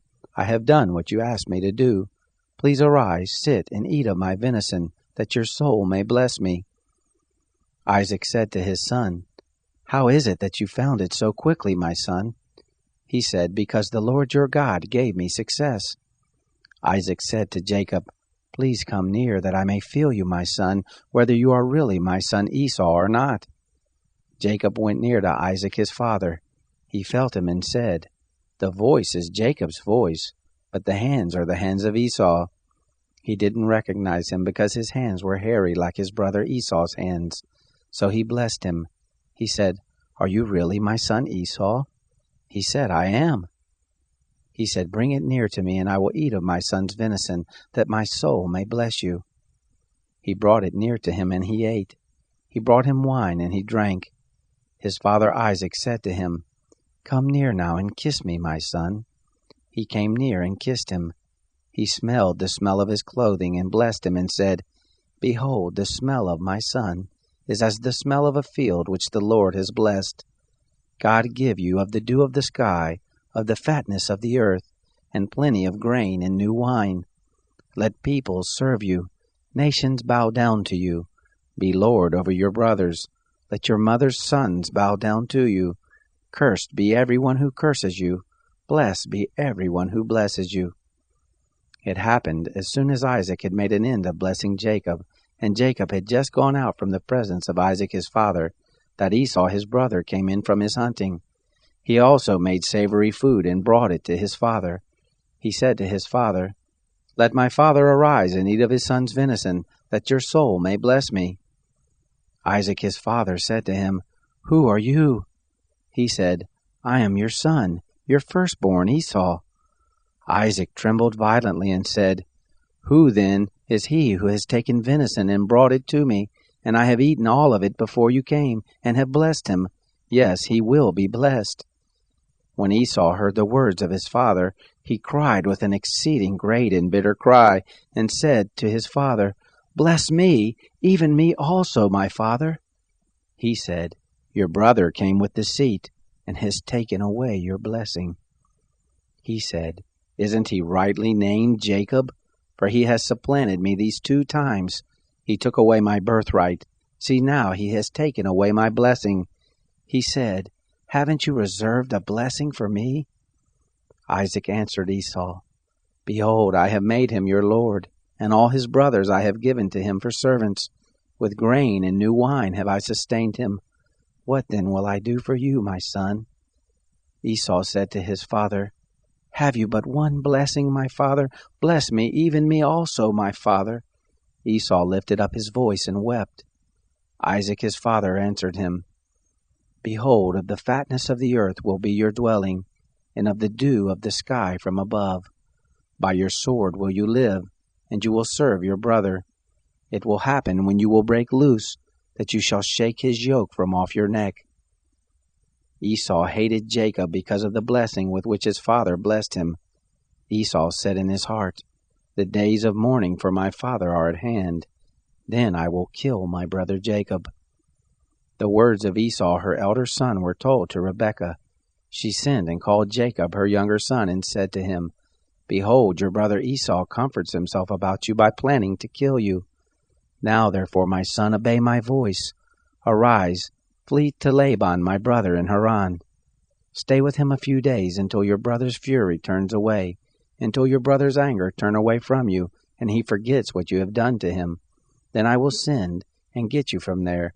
Why should I be bereaved of you both in one day?" Rebekah said to Isaac, "I am weary of my life because of the daughters of Heth. If Jacob takes a wife of the daughters of Heth, such as these, of the daughters of the land, what good will my life do me?" Isaac called Jacob, blessed him, and commanded him, "You shall not take a wife of the daughters of Canaan. Arise, go to Padan Aram, to the house of Bethuel your mother's father. Take a wife from there, from the daughters of Laban your mother's brother. May God Almighty bless you, and make you fruitful and multiply you, that you may be a company of peoples, and give you the blessing of Abraham, to you and to your seed with you, that you may inherit the land where you travel, which God gave to Abraham." Isaac sent Jacob away. He went to Padan Aram to Laban, the son of Bethuel the Syrian, Rebekah's brother, Jacob's and Esau's mother. Now Esau saw that Isaac had blessed Jacob and sent him away to Padan Aram to take him a wife from there, and that as he blessed him he gave him a charge, saying, "You shall not take a wife of the daughters of Canaan." And that Jacob obeyed his father and his mother, and was gone to Padan Aram. Esau saw that the daughters of Canaan didn't please Isaac his father. Esau went to Ishmael, and took, besides the wives that he had, Mahalath the daughter of Ishmael, Abraham's son, the sister of Nebaioth, to be his wife. Jacob went out from Beersheba, and went toward Haran. He came to a certain place, and stayed there all night, because the sun had set. He took one of the stones of the place, and put it under his head, and lay down in that place to sleep. He dreamed, behold, a stairway set up on the earth, and the top of it reached to the heaven. Behold, the angels of God ascending and descending on it. Behold, the Lord stood above it, and said, "I am the Lord, the God of Abraham your father, and the God of Isaac. The land whereon you lie, to you I will give it, and to your seed. Your seed will be as the dust of the earth, and you will spread abroad to the west, and to the east, and to the north, and to the south. In you and in your seed will all the families of the earth be blessed.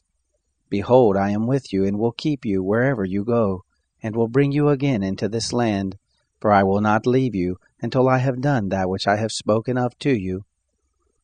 Jacob awakened out of his sleep, and he said, "Surely the Lord is in this place, and I didn't know it." He was afraid, and said, "How dreadful is this place! This is none other than God's house, and this is the gate of heaven." Jacob rose up early in the morning, and took the stone that he had put under his head, and set it up for a pillar, and poured oil on the top of it. He called the name of that place Bethel, but the name of the city was Luz at the first. Jacob vowed a vow, saying, "If God will be with me, and will keep me in this way that I go, and will give me bread to eat and clothing to put on, so that I come again to my father's house in peace, and the Lord will be my God, then this stone which I have set up for a pillar will be God's house. Of all that you give me, I will surely give the tenth to you." Then Jacob went on his journey, and came to the land of the children of the east. He looked, and behold, a well in the field, and behold, 3 flocks of sheep lying there by it. For out of that well they watered the flocks. The stone on the well's mouth was great. There all the flocks were gathered. They rolled the stone from the well's mouth, and watered the sheep, and put the stone again on the well's mouth in his place. Jacob said to them, "My relatives, where are you from?" They said, "We are from Haran." He said to them, "Do you know Laban the son of Nahor?" They said, "We know him." He said to them, "Is it well with him?" They said, "It is well. See, Rachel his daughter is coming with the sheep." He said, "Behold, it is still the middle of the day, not time to gather the cattle together. Water the sheep, and go and feed them." They said, "We can't until all the flocks are gathered together, and they roll the stone from the well's mouth. Then we water the sheep." While he was yet speaking with them, Rachel came with her father's sheep, for she kept them. It happened, when Jacob saw Rachel the daughter of Laban, his mother's brother, and the sheep of Laban his mother's brother, that Jacob went near, and rolled the stone from the well's mouth, and watered the flock of Laban his mother's brother. Jacob kissed Rachel and lifted up his voice and wept. Jacob told Rachel that he was her father's brother, and that he was Rebekah's son. She ran and told her father. It happened when Laban heard the news of Jacob, his sister's son, that he ran to meet Jacob, and embraced him and kissed him, and brought him to his house. Jacob told Laban all these things. Laban said to him, "Surely you are my bone and my flesh." He lived with him for a month. Laban said to Jacob, "Because you are my brother, should you therefore serve me for nothing? Tell me, what will your wages be?" Laban had 2 daughters. The name of the elder was Leah, and the name of the younger was Rachel. Leah's eyes were weak, but Rachel was beautiful and well-favored. Jacob loved Rachel. He said, "I will serve you 7 years for Rachel, your younger daughter." Laban said, "It is better that I give her to you than that I should give her to another man. Stay with me." Jacob served 7 years for Rachel. They seemed to him but a few days for the love he had for her. Jacob said to Laban, "Give me my wife, for my days are fulfilled, that I may go in to her."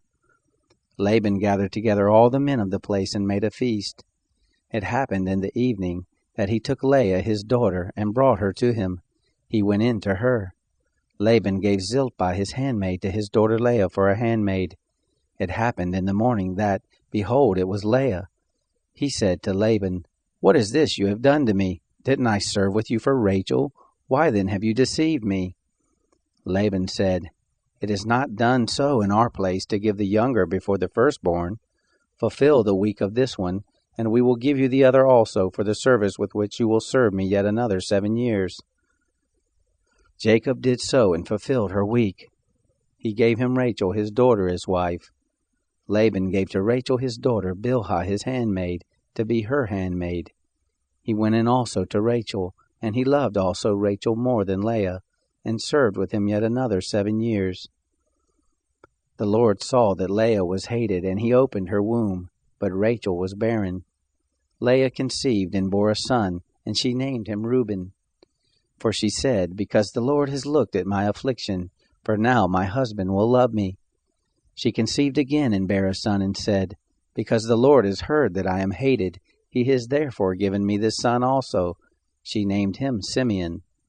She conceived again and bare a son, and said, "Now this time will my husband be joined to me, because I have borne him 3 sons. Therefore was his name called Levi. She conceived again and bare a son. She said, "This time will I praise the Lord." Therefore she named him Judah. Then she stopped bearing.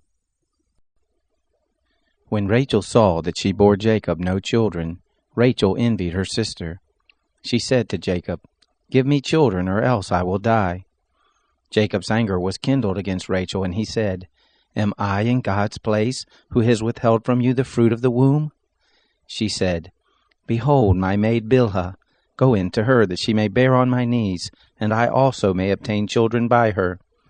She gave him Bilhah her handmaid as wife, and Jacob went in to her. Bilhah conceived and bore Jacob a son. Rachel said, "God has judged me, and has also heard my voice, and has given me a son." Therefore she called his name Dan. Bilhah, Rachel's handmaid, conceived again, and bore Jacob a second son. Rachel said, "With mighty wrestlings have I wrestled with my sister, and have prevailed." She named him Naphtali. When Leah saw that she had finished bearing, she took Zilpah her handmaid, and gave her to Jacob as a wife. Zilpah, Leah's handmaid, bore Jacob a son. Leah said, "How fortunate!" She named him Gad. Zilpah, Leah's handmaid, bore Jacob a second son. Leah said, "Happy am I, for the daughters will call me happy." She named him Asher. Reuben went in the days of the wheat harvest, and found mandrakes in the field, and brought them to his mother Leah. Then Rachel said to Leah, "Please give me some of your son's mandrakes." She said to her, "Is it a small matter that you have taken away my husband? Would you take away my son's mandrakes also?" Rachel said, "Therefore he will lie with you tonight for your son's mandrakes." Jacob came from the field in the evening, and Leah went out to meet him and said, "You must come in to me, for I have surely hired you with my son's mandrakes." He lay with her that night. God listened to Leah, and she conceived and bore Jacob a fifth son. Leah said, God has given me my hire, because I gave my handmaid to my husband. She named him Issachar. Leah conceived again and bore a sixth son to Jacob. Leah said, God has endowed me with a good dowry. Now my husband will live with me, because I have borne him 6 sons. She named him Zebulun. Afterwards she bore a daughter, and named her Dinah. God remembered Rachel, and God listened to her and opened her womb. She conceived, bore a son, and said, God has taken away my reproach. She named him Joseph, saying, May the Lord add another son to me.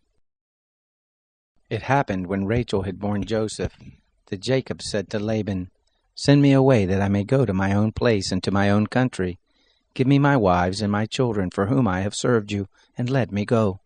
For you know my service with which I have served you. Laban said to him, If now I have found favor in your eyes, stay here, for I have divined that the Lord has blessed me for your sake. He said, Appoint me your wages, and I will give it. He said to him, You know how I have served you, and how your cattle have fared with me. For it was little which you had before I came, and it is increased to a multitude. The Lord has blessed you wherever I turned. Now when will I provide for my own house also? He said, What shall I give you? Jacob said, You shall not give me anything. If you will do this thing for me, I will again feed your flock and keep it. I will pass through all your flock today, removing from there every speckled and spotted one, and every black one among the sheep, and the spotted and speckled among the goats. This will be my hire. So my righteousness will answer for me hereafter when you come concerning my hire that is before you. Every one that is not speckled and spotted among the goats, and black among the sheep, that might be with me, will be counted stolen. Laban said, Behold, I desire it to be according to your word. That day he removed the male goats that were streaked and spotted, and all the female goats that were speckled and spotted, every one that had white in it, and all the black ones among the sheep, and gave them into the hand of his sons. He set 3 days' journey between himself and Jacob fed the rest of Laban's flocks. Jacob took to himself rods of fresh poplar, almond, plane tree, peeled white streaks in them, and made the white appear which was in the rods. He set the rods which he had peeled opposite the flocks in the gutters and the watering troughs where the flocks came to drink. They conceived when they came to drink. The flocks conceived before the rods, and the flocks brought forth streaked, speckled, and spotted. Jacob separated the lambs, and set the faces of the flocks toward the streaked, and all the black in the flock of Laban, and he put his own droves apart, and didn't put them into Laban's flock. It happened, whenever the stronger of the flock conceived, that Jacob laid the rods before the eyes of the flock in the gutters, that they might conceive among the rods. But when the flock were feeble, he didn't put them in. So the feebler were Laban's, and the stronger Jacob's. The man increased exceedingly, and had large flocks, maidservants and menservants, and camels and donkeys. He heard the words of Laban's son, saying, Jacob has taken away all that was our father's. From that which was our father's has he gotten all his wealth. Jacob saw the expression on Laban's face, and behold, it was not toward him as before. The Lord said to Jacob, Return to the land of your fathers and to your relatives, and I will be with you. Jacob sent and called Rachel and Leah to the field to his flock, and said to them, I see the expression on your father's face, that it is not toward me as before, but the God of my father has been with me. You know that I have served your father with all of my strength.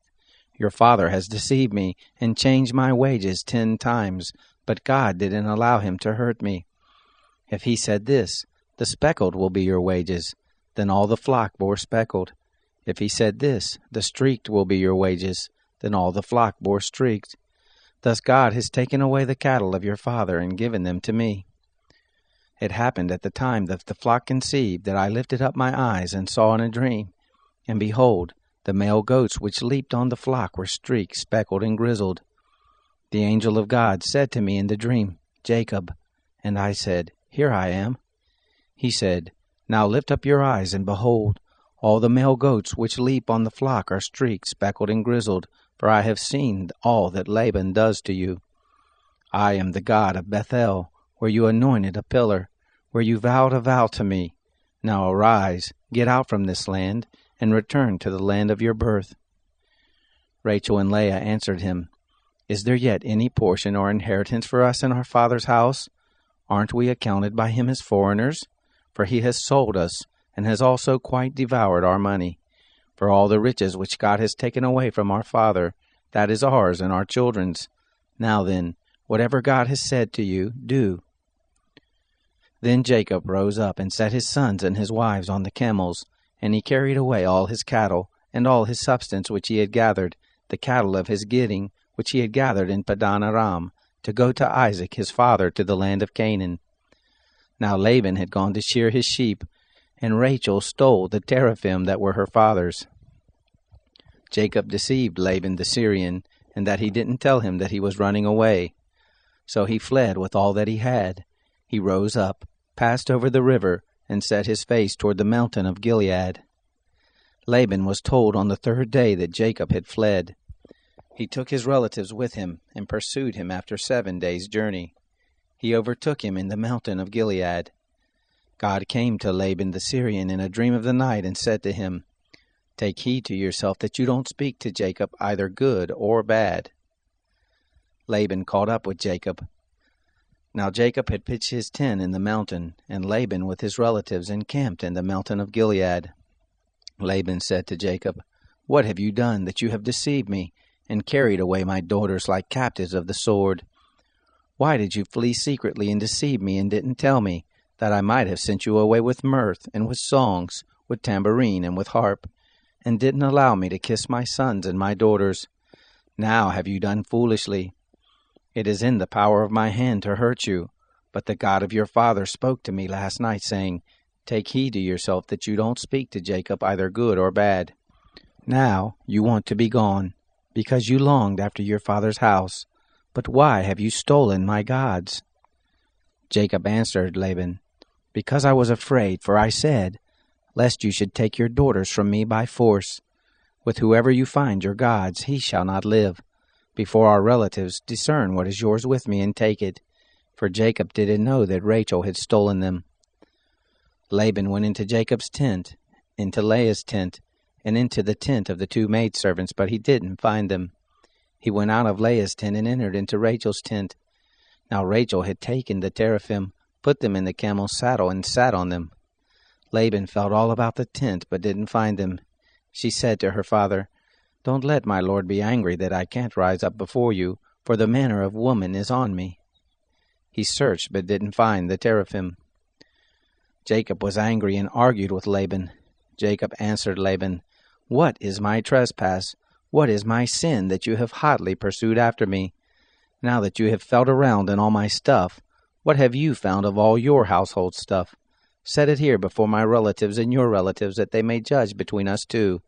These 20 years have I been with you. Your ewes and your female goats have not cast their young, and I haven't eaten the rams of your flocks. That which was torn of animals I didn't bring to you. I bore the loss of it. Of my hand you required it, whether stolen by day or stolen by night. Thus I was. In the day the drought consumed me, and the frost by night, and my sleep fled from my eyes. These 20 years have I been in your house. I served you 14 years for your 2 daughters, and 6 years for your flock, and you have changed my wages 10 times. Unless the God of my father, the God of Abraham, and the fear of Isaac had been with me, surely now you would have sent me away empty. God has seen my affliction and the labor of my hands, and rebuked you last night." Laban answered Jacob, "The daughters are my daughters, the children are my children, the flocks are my flocks, and all that you see is mine. And what can I do this day to these my daughters, or to their children whom they have borne? Now come, let us make a covenant, you and I, and let it be for a witness between me and you." Jacob took a stone and set it up for a pillar. Jacob said to his relatives, "Gather stones." They took stones and made a heap. They ate there by the heap. Laban called it Jegar Sahadutha, but Jacob called it Galeed. Laban said, "This heap is witness between me and you this day. Therefore it was named Galeed and Mizpah, for he said, The Lord watch between me and you when we are absent from one another. If you will afflict my daughters, and if you will take wives beside my daughters, no man is with us. Behold, God is witness between me and you. Laban said to Jacob, See this heap, and see the pillar which I have set between me and you. May this heap be a witness, and the pillar be a witness, that I will not pass over this heap to you, and that you will not pass over this heap and this pillar to me for harm. The God of Abraham, and the God of Nahor, the God of their father, judge between us. Then Jacob swore by the fear of his father Isaac. Jacob offered a sacrifice in the mountain, and called his relatives to eat bread. They ate bread and stayed all night in the mountain. Early in the morning, Laban rose up and kissed his sons and his daughters, and blessed them. Laban departed and returned to his place. Jacob went on his way, and the angels of God met him. When he saw them, Jacob said, This is God's host. He called the name of that place Mahanaim. Jacob sent messengers in front of him to Esau his brother, to the land of Seir, the field of Edom. He commanded them, saying, This is what you shall tell my lord Esau. This is what your servant Jacob says. I have lived as a foreigner with Laban and stayed until now. I have oxen, donkeys, flocks, men servants and maid servants. I have sent to tell my lord, that I may find favor in your sight. The messengers returned to Jacob, saying, We came to your brother Esau. Not only that, but he comes to meet you, and 400 men with him. Then Jacob was greatly afraid and was distressed, and he divided the people who were with him and the flocks and the herds and the camels into 2 companies, and he said, If Esau comes to the one company and strikes it, then the company which is left will escape. Jacob said, God of my father Abraham, and God of my father Isaac, O Lord, who said to me, Return to your country and to your relatives, and I will do you good.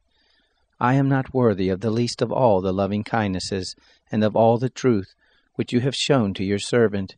For with just my staff I passed over this Jordan, and now have become 2 companies. Please deliver me from the hand of my brother, from the hand of Esau, for I fear him, lest he come and strike me, and the mothers with the children. You said, I will surely do you good, and make your seed as the sand of the sea, which can't be numbered because there are so many.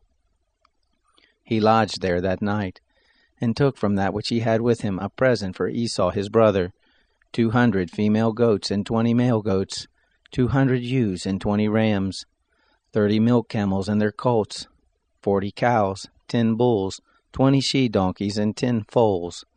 He delivered them into the hands of his servants, every herd by itself, and said to his servants, Pass over before me and put a space between herd and herd. He commanded the foremost, saying, When Esau my brother meets you and asks you, saying, Whose are you? Where are you going? Whose are these before you? Then you shall say, They are your servant Jacob's. It is a present sent to my lord Esau. Behold, he also is behind us. He commanded also the second and the third, and all that followed the herd, saying, This is how you shall speak to Esau when you find him. You shall say, Not only that, but behold, your servant Jacob is behind us. For he said, I will appease him with the present that goes before me, and afterward I will see his face. Perhaps he will accept me. So the present passed over before him, and he lodged himself that night in the camp. He rose up that night and took his 2 wives, and his 2 handmaids, and his 11 sons, and passed over the ford of the Jabbok. He took them and sent them over the stream, and sent over that which he had. Jacob was left alone, and wrestled with a man there until the breaking of the day. When he saw that he didn't prevail against him, he touched the hollow of his thigh, and the hollow of Jacob's thigh was strained as he wrestled. The man said, Let me go, for the day breaks. Jacob said, I won't let you go unless you bless me. He said to him, What is your name? He said, Jacob.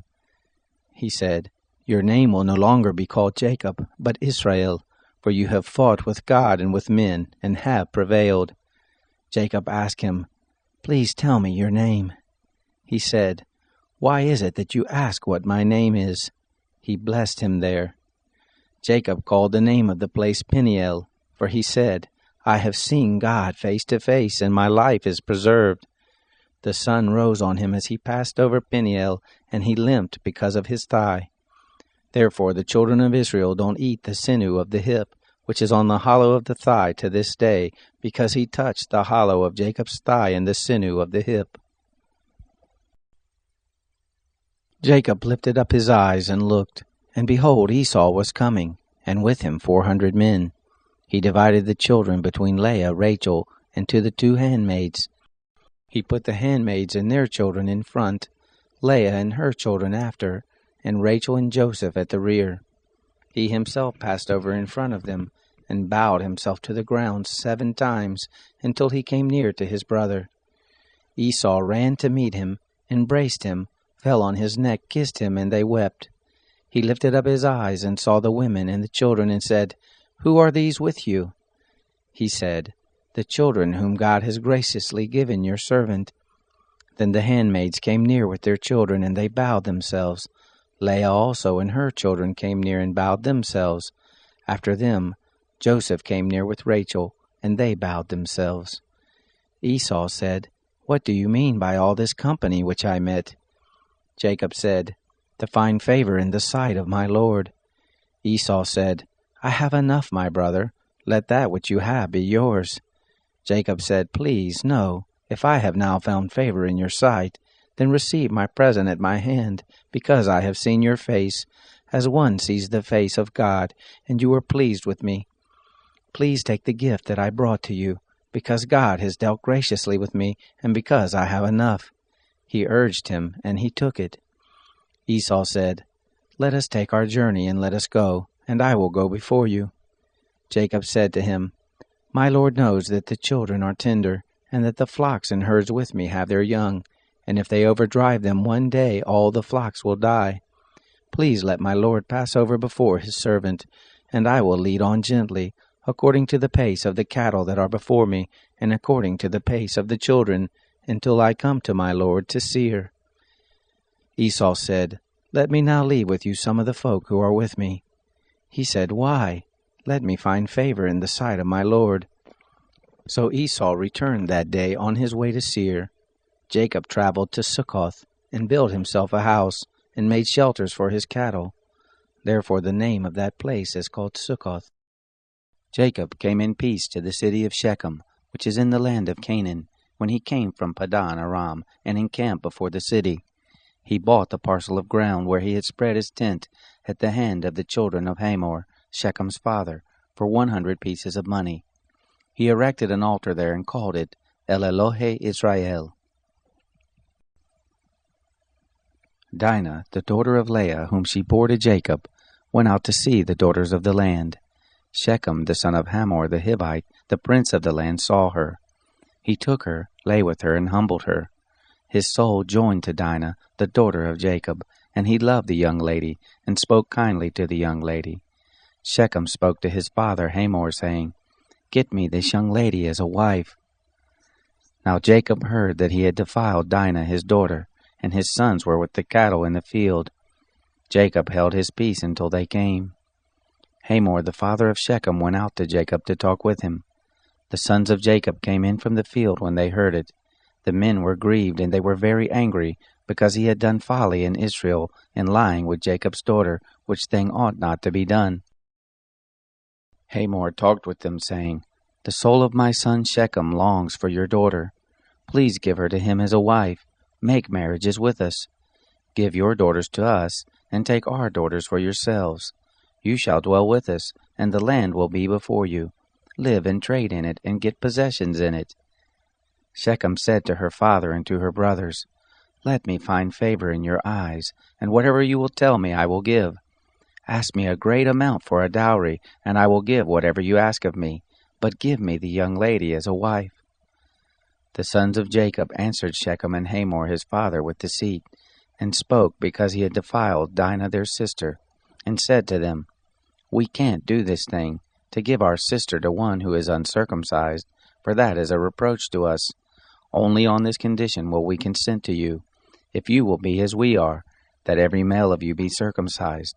Then we will give our daughters to you, and we will take your daughters to us, and we will dwell with you, and we will become one people.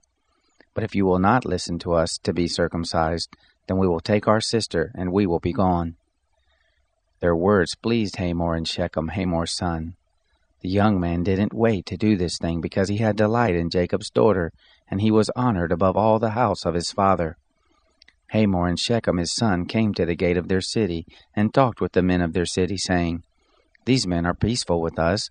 Therefore let them live in the land and trade in it. For behold, the land is large enough for them. Let us take their daughters to us for wives, and let us give them our daughters.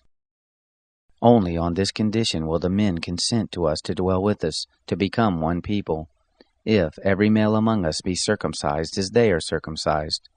Won't their cattle and their substance and all their animals be ours? Only let us give our consent to them, and they will dwell with us." All who went out of the gate of his city listened to Hamor and to Shechem his son, and every male was circumcised, all who went out of the gate of his city.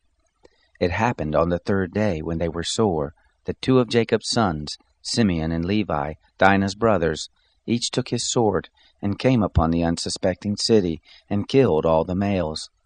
They killed Hamor and Shechem his son with the edge of the sword, and took Dinah out of Shechem's house, and went away. Jacob's sons came on the dead, and plundered the city, because they had defiled their sister.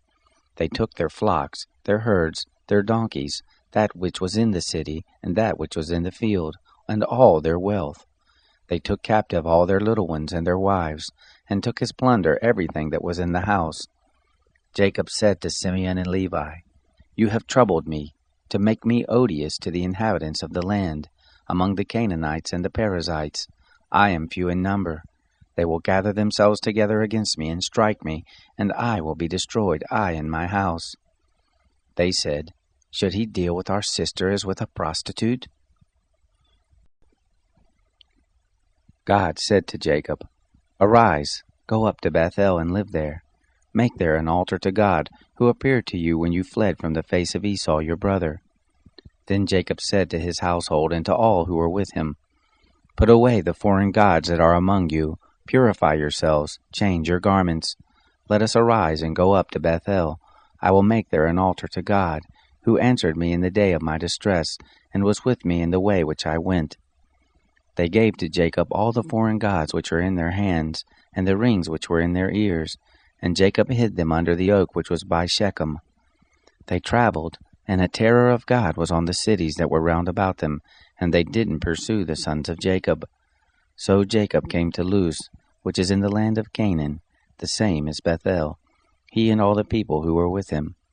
He built an altar there and called the place El Bethel, because there was God revealed to him, when he fled from the face of his brother.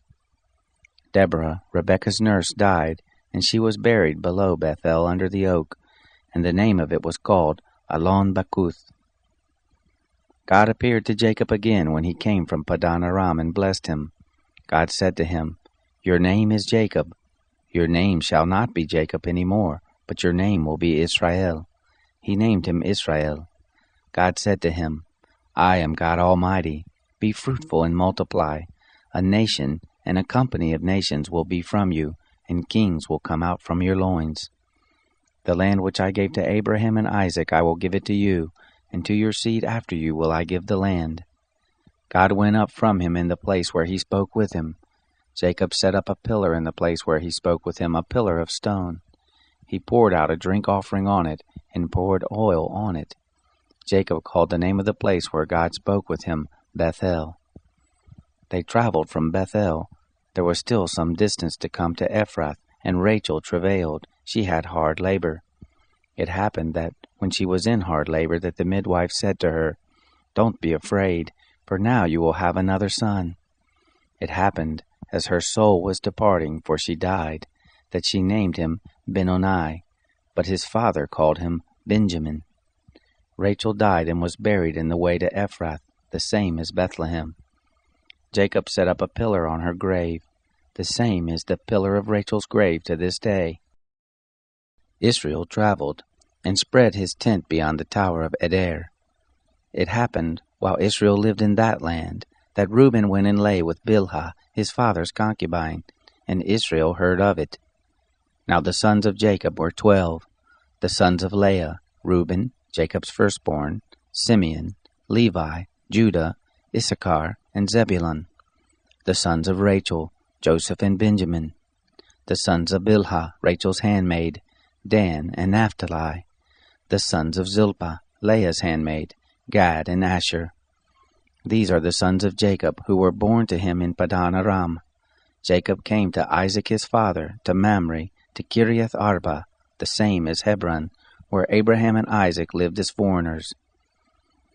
The days of Isaac were 180 years. Isaac gave up the spirit and died, and was gathered to his people, old and full of days. Esau and Jacob his sons buried him. Now this is the history of the generations of Esau. The same is Edom.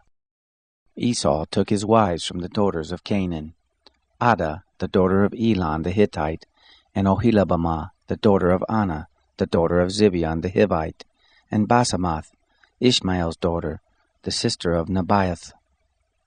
Adah bore to Esau Eliphaz, Basemath bore Ruel, Oholibamah bore Jeush, Jalam, and Korah. These are the sons of Esau, who were born to him in the land of Canaan. Esau took his wives, his sons, his daughters, and all the members of his household with his cattle, all his animals, and all his possessions which he had gathered in the land of Canaan, and went into a land away from his brother Jacob. For their substance was too great for them to dwell together, and the land of their travels couldn't bear them because of their cattle. Esau lived in the hill country of Seir. Esau is Edom. This is the history of the generations of Esau, the father of the Edomites in the hill country of Seir. These are the names of Esau's sons: Eliphaz, the son of Adah, the wife of Esau, and Ruel, the son of Basemath, the wife of Esau. The sons of Eliphaz were Teman, Omar, Zepho, and Gatam, and Kenaz. Timnah was concubine to Eliphaz, Esau's son, and she bore to Eliphaz Amalek. These are the sons of Adah, Esau's wife. These are the sons of Ruel, Nahath, Zerah, Shammah, and Misa. These were the sons of Basemath, Esau's wife. These were the sons of Oholibamah, the daughter of Anah, the daughter of Zibeon, Esau's wife. She bore to Esau Jeush, Jalam, and Korah. These are the chiefs of the sons of Esau. The sons of Eliphaz, the firstborn of Esau: Chief Teman, Chief Omar, Chief Zepho, Chief Kenaz, Chief Korah, Chief Gatan, Chief Amalek. These are the chiefs who came of Eliphaz in the land of Edom. These are the sons of Adah. These are the sons of Ruel, Esau's son: Chief Nahath, Chief Zerah, Chief Shammah, Chief Misa. These are the chiefs who came of Ruel in the land of Edom. These are the sons of Basemath, Esau's wife. These are the sons of Oholibamah, Esau's wife: Chief Jeush, Chief Jalam, Chief Korah. These are the chiefs who came of Oholibamah, the daughter of Anah, Esau's wife. These are the sons of Esau, and these are their chiefs. The same is Edom. These are the sons of Seir the Horite, the inhabitants of the land: Lotan, Shobal, Zibeon, Anah, Dishon, Ezer, and Dishan. These are the chiefs who came of the Horites, the children of Seir in the land of Edom. The children of Lotan were Hori and Heman. Lotan's sister was Timnah. These are the children of Shobal: Alvan, Manahath, Ebal, Shepho, and Onam. These are the children of Zibeon: Aiah and Anah. This is Anah who found the hot springs in the wilderness as he fed the donkeys of Zibeon his father. These are the children of Anah: Dishon and Oholibamah, the daughter of Anah. These are the children of Dishon: Hemdan, Eshban, Ithran, and Cheran. These are the children of Ezer: Bilhan, Zaavan, and Akan. These are the children of Dishan: Uz and Aran. These are the chiefs who came of the Horites: Chief Lotan, Chief Shobal, Chief Zibeon, Chief Anah, Chief Dishon, Chief Herzer, Chief Dishan. These are the chiefs who came of the Horites, according to their chiefs in the land of Seir. These are the kings who reigned in the land of Edom, before any king reigned over the children of Israel. Bela, the son of Beor, reigned in Edom. The name of his city was Dinhabah. Bela died, and Jobab, the son of Zerah of Bozrah, reigned in his place. Jobab died, and Husham of the land of the Temanites reigned in his place. Husham died, and Hadad the son of Bedad, who struck Midian in the field of Moab, reigned in his place. The name of his city was Avith. Hadad died, and Samlah of Masrekah reigned in his place. Samlah died, and Shaul of Rehoboth by the river reigned in his place. Shaul died, and Baal-Hanan the son of Achbor reigned in his place. Baal-Hanan the son of Achbor died, and Hadar reigned in his place. The name of his city was Pau. His wife's name was Mehetabel, the daughter of Matred, the daughter of Mezahab. These are the names of the chiefs who came from Esau, according to their families, after their places and by their names: Chief Timnah, Chief Alva, Chief Jethreth, Chief Ohlibamah, Chief Elah, Chief Pinon, Chief Kenaz, Chief Teman, Chief Mibsar, Chief Magdiel, and Chief Iram. These are the chiefs of Edom, according to their habitations in the land of their possession. This is Esau, the father of the Edomites. Jacob lived in the land of his father's travels, in the land of Canaan. This is the history of the generations of Jacob. Joseph, being 17 years old, was feeding the flock with his brothers. He was a boy with the sons of Bilhah and Zilpah, his father's wives. Joseph brought an evil report of them to their father. Now Israel loved Joseph more than all his children, because he was the son of his old age, and he made him a coat of many colors. His brothers saw that their father loved him more than all his brothers, and they hated him, and couldn't speak peaceably to him.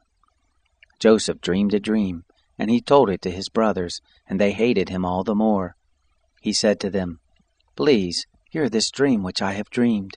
For behold, we were binding sheaves in the field, and behold, my sheaf arose, and also stood upright. And behold, your sheaves came around, and bowed down to my sheaf." His brothers said to him, "Will you indeed reign over us? Or will you indeed have dominion over us?" They hated him all the more for his dreams and for his words. He dreamed yet another dream, and told it to his brothers, and said, "Behold, I have dreamed yet another dream, and behold, the sun and the moon and the 11 stars bowed down to me." He told it to his father and to his brothers. His father rebuked him and said to him, "What is this dream that you have dreamed? Will I and your mother and your brothers indeed come to bow ourselves down to you to the earth?" His brothers envied him, but his father kept this saying in mind. His brothers went to feed their father's flock in Shechem. Israel said to Joseph, "Aren't your brothers feeding the flock in Shechem? Come, and I will send you to them." He said to him, "Here I am." He said to him, "Go now, see whether it is well with your brothers, and well with the flock, and bring me word again." So he sent him out of the valley of Hebron, and he came to Shechem.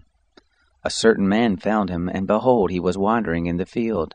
And the man asked him, saying, "What are you looking for?"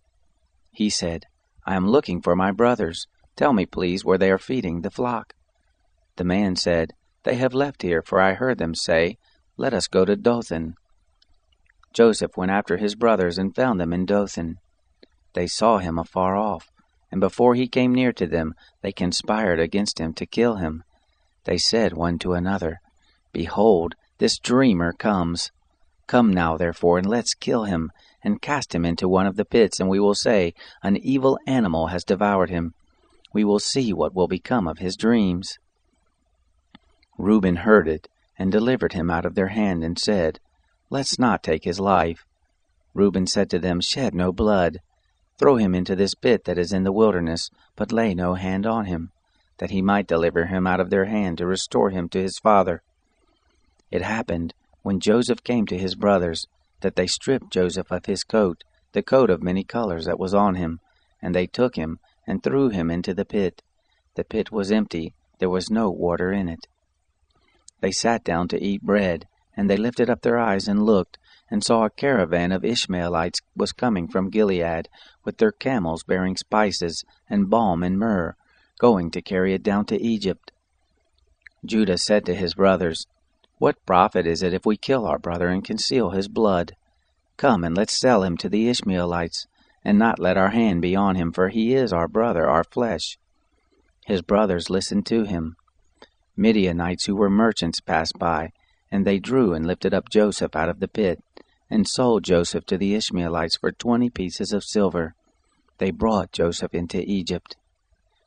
Reuben returned to the pit, and saw that Joseph wasn't in the pit, and he tore his clothes. He returned to his brothers and said, "The child is no more, and where will I go?"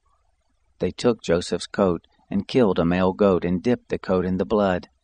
They took the coat of many colors, and they brought it to their father, and said, "We have found this. Examine it now, whether it is your son's coat or not."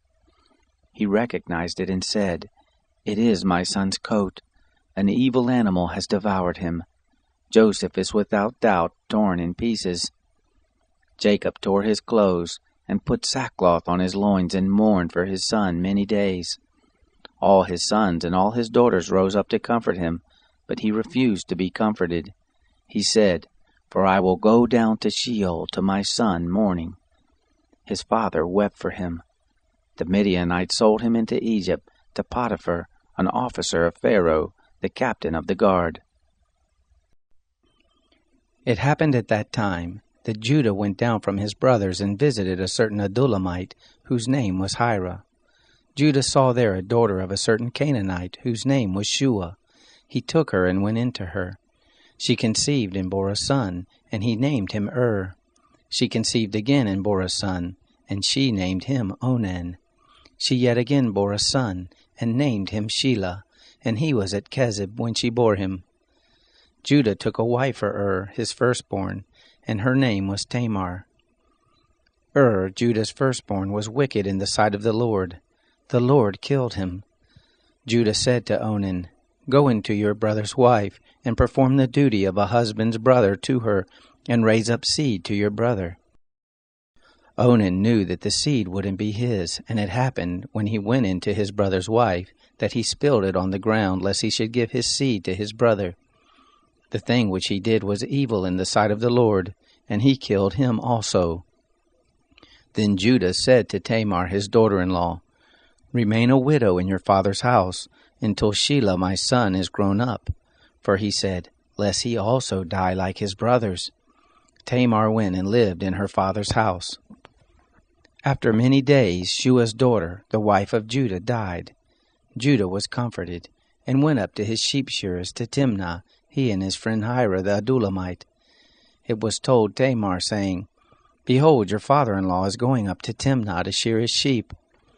She took off the garments of her widowhood, and covered herself with her veil, and wrapped herself, and sat in the gate of Enaim, which is by the way to Timnah. For she saw that Shelah was grown up, and she wasn't given to him as a wife. When Judah saw her, he thought that she was a prostitute, for she had covered her face. He turned to her by the way and said, "Please come, let me come in to you," for he didn't know that she was his daughter-in-law. She said, "What will you give me that you may come in to me?" He said, "I will send you a kid of the goats from the flock." She said, "Will you give me a pledge until you send it?" He said, "What pledge will I give you?" She said, "Your signet and your cord, and your staff that is in your hand." He gave them to her, and came into her, and she conceived by him. She arose and went away, and put off her veil from her, and put on the garments of her widowhood. Judah sent the kid of the goats by the hand of his friend the Adullamite to receive the pledge from the woman's hand, but he didn't find her. Then he asked the men of her place, saying, "Where is the prostitute that was at Enaim by the road?" They said, "There has been no prostitute here." He returned to Judah and said, "I haven't found her." And also the men of the place said, "There has been no prostitute here." Judah said, "Let her keep it, lest we be shamed. Behold, I sent this kid, and you haven't found her." It happened about 3 months later that it was told Judah, saying, "Tamar, your daughter-in-law, has played the prostitute, and moreover, behold, she is with child by prostitution." Judah said, "Bring her forth, and let her be burnt." When she was brought forth, she sent to her father-in-law, saying, "By the man whose these are, I am with child." She also said, Please discern whose are these, the signet, and the cords, and the staff. Judah acknowledged them and said, She is more righteous than I, because I didn't give her to Shelah my son. He knew her again no more. It happened in the time of her travail, that behold, twins were in her womb.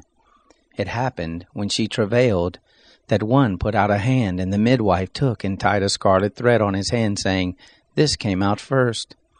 It happened, as he drew back his hand, that behold, his brother came out, and she said, Why have you made a breach for yourself? Therefore his name was called Perez. Afterward his brother came out, that had the scarlet thread on his hand, and his name was called Zerah. Joseph was brought down to Egypt. Potiphar, an officer of Pharaoh's, the captain of the guard, an Egyptian, bought him from the hand of the Ishmaelites that had brought him down there. The Lord was with Joseph, and he was a prosperous man. He was in the house of his master the Egyptian. His master saw that the Lord was with him, and that the Lord made all that he did prosper in his hand. Joseph found favor in his sight. He ministered to him, and he made him overseer over his house, and all that he had he put into his hand. It happened from the time that he made him overseer in his house, and over all that he had, that the Lord blessed the Egyptian's house for Joseph's sake, and the blessing of the Lord was on all that he had, in the house and in the field. He left all that he had in Joseph's hand.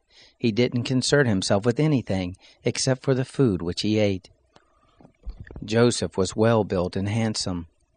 It happened after these things, that his master's wife cast her eyes on Joseph, and she said, Lie with me. But he refused, and said to his master's wife, Behold, my master doesn't know what is with me in the house, and he has put all that he has into my hand. He isn't greater in this house than I, neither has he kept back anything from me but you, because you are his wife. How then can I do this great wickedness and sin against God? It happened that as she spoke to Joseph day by day, that he didn't listen to her, to lie by her or to be with her. It happened about this time that he went into the house to do his work, and there were none of the men of the house inside. She caught him by his garment, saying, Lie with me. He left his garment in her hand and ran outside. It happened, when she saw that he had left his garment in her hand and had run outside, that she called to the men of her house, and spoke to them, saying, Behold, he has brought in a Hebrew to us to mock us.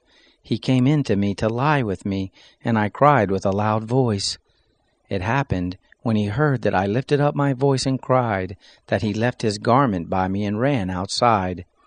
She laid up his garment by her until his master came home. She spoke to him according to these words, saying, The Hebrew servant whom you have brought to us came in to me to mock me, and it happened as I lifted up my voice and cried, that he left his garment by me and ran outside. It happened, when his master heard the words of his wife which she spoke to him, saying, This is what your servant did to me, that his wrath was kindled. Joseph's master took him and put him into the prison, the place where the king's prisoners were bound, and he was there in custody. But the Lord was with Joseph and showed kindness to him, and gave him favor in the sight of the keeper of the prison. The keeper of the prison committed to Joseph's hand all the prisoners who were in the prison. Whatever they did there, he was the doer of it. The keeper of the prison didn't look after anything that was under his hand, because the Lord was with him, and that which he did, the Lord made it prosper. It happened after these things, that the butler of the king of Egypt and his baker offended their lord the king of Egypt. Pharaoh was angry with his 2 officers, the chief cupbearer and the chief baker. He put them in custody in the house of the captain of the guard, into the prison, the place where Joseph was bound. The captain of the guard assigned them to Joseph, and he took care of them. They stayed in prison many days. They both dreamed a dream, each man his dream in one night, each man according to the interpretation of his dream, the cupbearer and the baker of the king of Egypt, who were bound in the prison. Joseph came to them in the morning and saw them, and saw that they were sad. He asked Pharaoh's officers who were with him in custody in his master's house, saying, "Why do you look so sad today?" They said to him, "We have dreamed a dream, and there is no one who can interpret it." Joseph said to them, "Don't interpretations belong to God? Please tell it to me." The chief cupbearer told his dream to Joseph and said to him, "In my dream, behold, a vine was in front of me, and in the vine were 3 branches. It was as though it budded, its blossoms shot forth, and the clusters of it brought forth ripe grapes. Pharaoh's cup was in my hand, and I took the grapes, and pressed them into Pharaoh's cup, and I gave the cup into Pharaoh's hand." Joseph said to him, "This is the interpretation of it. The 3 branches are 3 days. Within 3 more days, Pharaoh will lift up your head and restore you to your office. You will give Pharaoh's cup into his hand, the way you did when you were his cupbearer. But remember me when it will be well with you, and show kindness, please, to me, and make mention of me to Pharaoh, and bring me out of this house. For indeed I was stolen away out of the land of the Hebrews, and here also have I done nothing that they should put me into the dungeon." When the chief baker saw that the interpretation was good, he said to Joseph, "I also was in my dream, and behold, 3 baskets of white bread were on my head. In the uppermost basket there were all kinds of baked food for Pharaoh, and the birds ate them out of the basket on my head." Joseph answered, "This is the interpretation of it. The 3 baskets are 3 days. Within 3 more days Pharaoh will lift up your head from off you, and will hang you on a tree, and the birds will eat your flesh from off you." It happened the 3rd day, which was Pharaoh's birthday, that he made a feast for all his servants, and he lifted up the head of the chief cupbearer and the head of the chief baker among his servants. He restored the chief cupbearer to his position again, and he gave the cup into Pharaoh's hand. But he hanged the chief baker as Joseph had interpreted to them. Yet the chief cupbearer didn't remember Joseph, but forgot him. It happened at the end of 2 full years that Pharaoh dreamed, and behold, he stood by the river. Behold, there came up out of the river 7 cattle, well-favored and fat-fleshed, and they fed in the reed grass. Behold, 7 other cattle came up after them out of the river, ill-favored and lean-fleshed, and stood by the other cattle on the brink of the river. The ill-favored and lean-fleshed cattle ate up the 7 well-favored and fat cattle. So Pharaoh awoke. He slept and dreamed a 2nd time, and behold, 7 heads of grain came up on one stalk, healthy and good. Behold, 7 heads of grain, thin and blasted with the east wind, sprung up after them. The thin heads of grain swallowed up the 7 healthy and full ears. Pharaoh awoke, and behold, it was a dream. It happened in the morning that his spirit was troubled, and he sent and called for all the magicians of Egypt and all the wise men of it. Pharaoh told them his dream, but there was no one who could interpret them to Pharaoh. Then the chief cupbearer spoke to Pharaoh, saying, "I remember my faults today." Pharaoh was angry with his servants and put me in custody in the house of the captain of the guard, me and the chief baker. We dreamed a dream in one night, I and he. We dreamed each man according to the interpretation of his dream. There was with us there a young man, a Hebrew, servant to the captain of the guard, and we told him, and he interpreted to us our dreams. To each man according to his dream he interpreted. It happened, as he interpreted to us, so it was. He restored me to my office, and he hanged him. Then Pharaoh sent and called Joseph, and they brought him hastily out of the dungeon. He shaved himself, changed his clothing, and came in to Pharaoh. Pharaoh said to Joseph, "I have dreamed a dream, and there is no one who can interpret it. I have heard it said of you that when you hear a dream you can interpret it." Joseph answered Pharaoh, saying, "It isn't in me. God will give Pharaoh an answer of peace." Pharaoh spoke to Joseph, "In my dream, behold, I stood on the brink of the river, and behold, there came up out of the river 7 cattle, fat-fleshed and well-favored. They fed in the reed grass. And behold, 7 other cattle came up after them, poor and very ill-favored and lean-fleshed, such as I never saw in all the land of Egypt for ugliness. The lean and ill-favored cattle ate up the first 7 fat cattle, and when they had eaten them up, it couldn't be known that they had eaten them, but they were still ill-favored as at the beginning. So I awoke. I saw in my dream, and behold, 7 heads of grain came up on one stalk, full and good. And behold, 7 heads of grain, withered, thin and blasted with the east wind, sprung up after them. The thin heads of grain swallowed up the 7 good heads of grain. I told it to the magicians, but there was no one who could explain it to me. Joseph said to Pharaoh, "The dream of Pharaoh is one. What God is about to do he has declared to Pharaoh.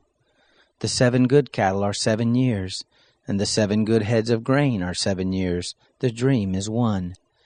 The 7 lean and ill-favored cattle that came up after them are 7 years, and also the 7 empty heads of grain, blasted with the east wind. They will be 7 years of famine. This is the thing which I spoke to Pharaoh. What God is about to do, he has shown to Pharaoh.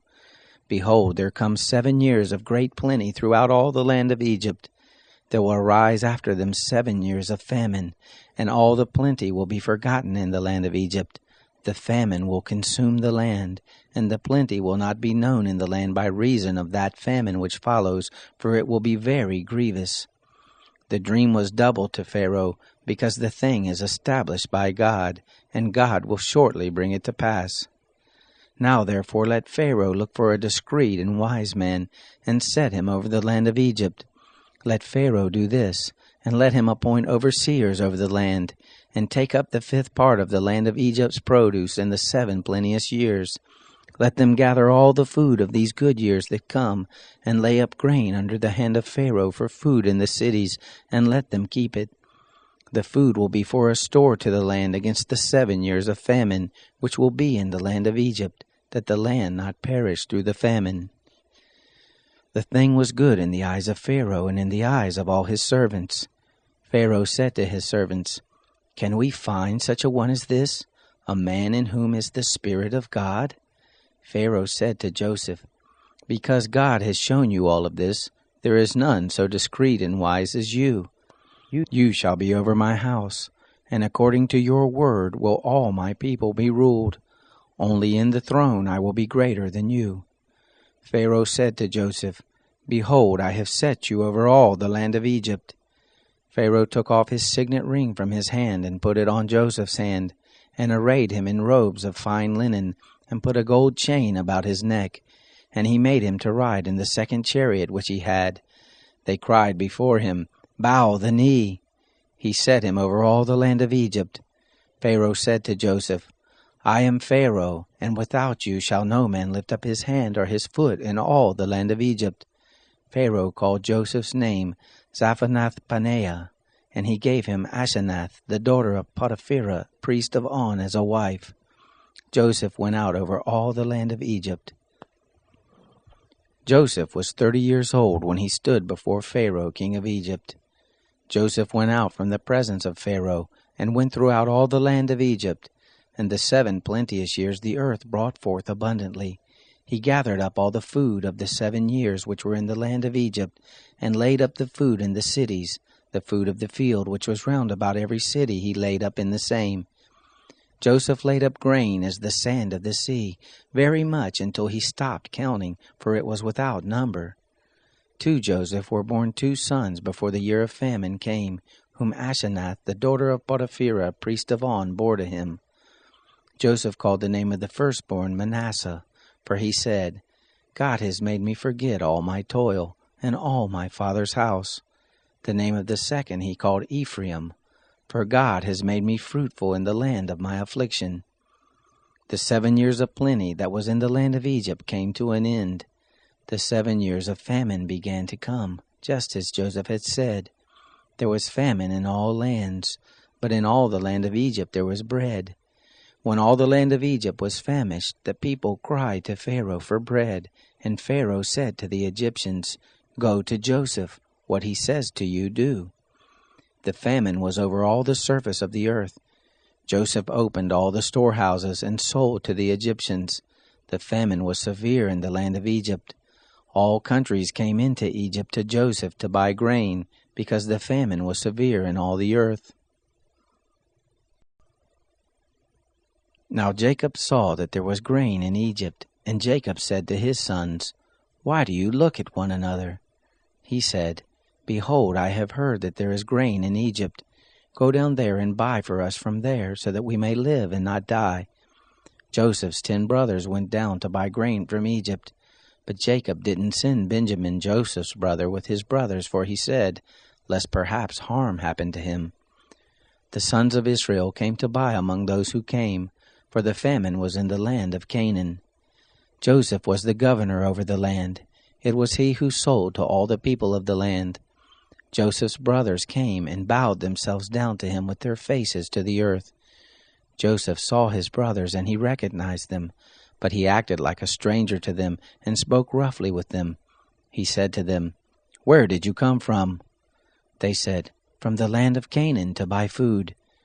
Joseph recognized his brothers, but they didn't recognize him. Joseph remembered the dreams which he dreamed about them and said to them, "You are spies. You have come to see the nakedness of the land." They said to him, "No, my lord, but your servants have come to buy food. We are all one man's sons. We are honest men. Your servants are not spies." He said to them, "No, but you have come to see the nakedness of the land." They said, "We, your servants, are 12 brothers, the sons of one man in the land of Canaan, and behold, the youngest is this day with our father, and one is no more." Joseph said to them, "It is like I told you, saying, you are spies.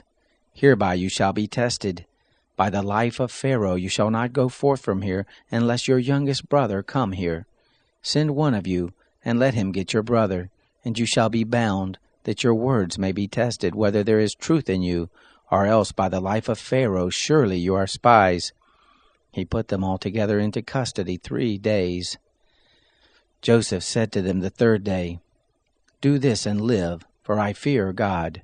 If you are honest men, then let one of your brothers be bound in your prison house. But you go, carry grain for the famine of your houses. Bring your youngest brother to me, so will your words be verified, and you won't die." They did so. They said one to another, "We are most assuredly guilty concerning our brother, and that we saw the distress of his soul when he begged us, and we wouldn't listen. Therefore this distress has come on us." Reuben answered them, saying, "Didn't I tell you, saying, don't sin against the child? And you wouldn't listen. Therefore also, behold, his blood is required." They didn't know that Joseph understood them, for there was an interpreter between them. He turned himself about from them and wept. And he returned to them and spoke to them, and took Simeon from among them, and bound him before their eyes. Then Joseph commanded to fill their bags with grain, and to restore every man's money into his sack, and to give them food for the way. So it was done to them. They loaded their donkeys with their grain and departed from there. As one of them opened his sack to give his donkey food in the lodging place, he saw his money. Behold, it was in the mouth of his sack. He said to his brothers, "My money is restored. Behold, it is even in my sack." Their hearts failed them, and they turned trembling one to another, saying, "What is this that God has done to us?" They came to Jacob their father to the land of Canaan, and told him all that had happened to them, saying, "The man, the lord of the land, spoke roughly with us, and took us for spies of the country." We said to him, "We are honest men, we are no spies. We are 12 brothers, sons of our father. One is no more, and the youngest is this day with our father in the land of Canaan." The man, the lord of the land, said to us, "Hereby will I know that you are honest men. Leave one of your brothers with me, and take grain for the famine of your houses, and go your way. Bring your youngest brother to me.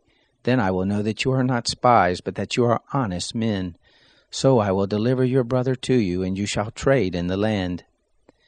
It happened as they emptied their sacks, that behold, every man's bundle of money was in his sack. When they and their father saw their bundles of money, they were afraid. Jacob their father said to them, "You have bereaved me of my children. Joseph is no more, Simeon is no more, and you want to take Benjamin away. All these things are against me." Reuben spoke to his father, saying, "Kill my 2 sons if I don't bring him to you. Deliver him into my hand, and I will bring him to you again." He said, "My son shall not go down with you, for his brother is dead, and he only is left. If harm happens to him by the way in which you go, then you will bring down my gray hairs with sorrow to Sheol." The famine was severe in the land. It happened when they had eaten up the grain which they had brought out of Egypt. Their father said to them, "Go again, buy us a little more food." Judah spoke to him, saying, "The man solemnly warned us, saying, 'You shall not see my face unless your brother is with you.' If you will send our brother with us, we will go down and buy you food. But if you will not send him, we will not go down, for the man said to us, 'You shall not see my face unless your brother is with you.'" Israel said, "Why did you treat me so badly, telling the man that you had another brother?" They said, "The man asked directly concerning ourselves and concerning our relatives, saying, 'Is your father still alive? Have you another brother?' We just answered his questions. Is there any way we could know that he would say, 'Bring your brother down'?" Judah said to Israel his father, "Send the boy with me, and we will arise and go, so that we may live and not die, both we and you, and also our little ones. I will be collateral for him. From my hand will you require him. If I don't bring him to you and set him before you, then let me bear the blame forever. For unless we had lingered, surely we would have returned a second time by now." Their father Israel said to them, "If it be so now, do this. Take from the choice fruits of the land in your bags, and carry down a present for the man, a little balm, a little honey, spices and myrrh, nuts and almonds. And take double money in your hand. With the money that was returned in the mouth of your sacks, carry again in your hand. Perhaps it was an oversight. Take also your brother, and arise, go again to the man. May God Almighty give you mercy before the man, that he may release to you your other brother and Benjamin. If I am bereaved of my children, I am bereaved." The men took that present, and they took double money in their hand, and Benjamin, and rose up, went down to Egypt, and stood before Joseph. When Joseph saw Benjamin with them, he said to the steward of his house, "Bring the men into the house, and butcher an animal, and make ready, for the men will dine with me at noon."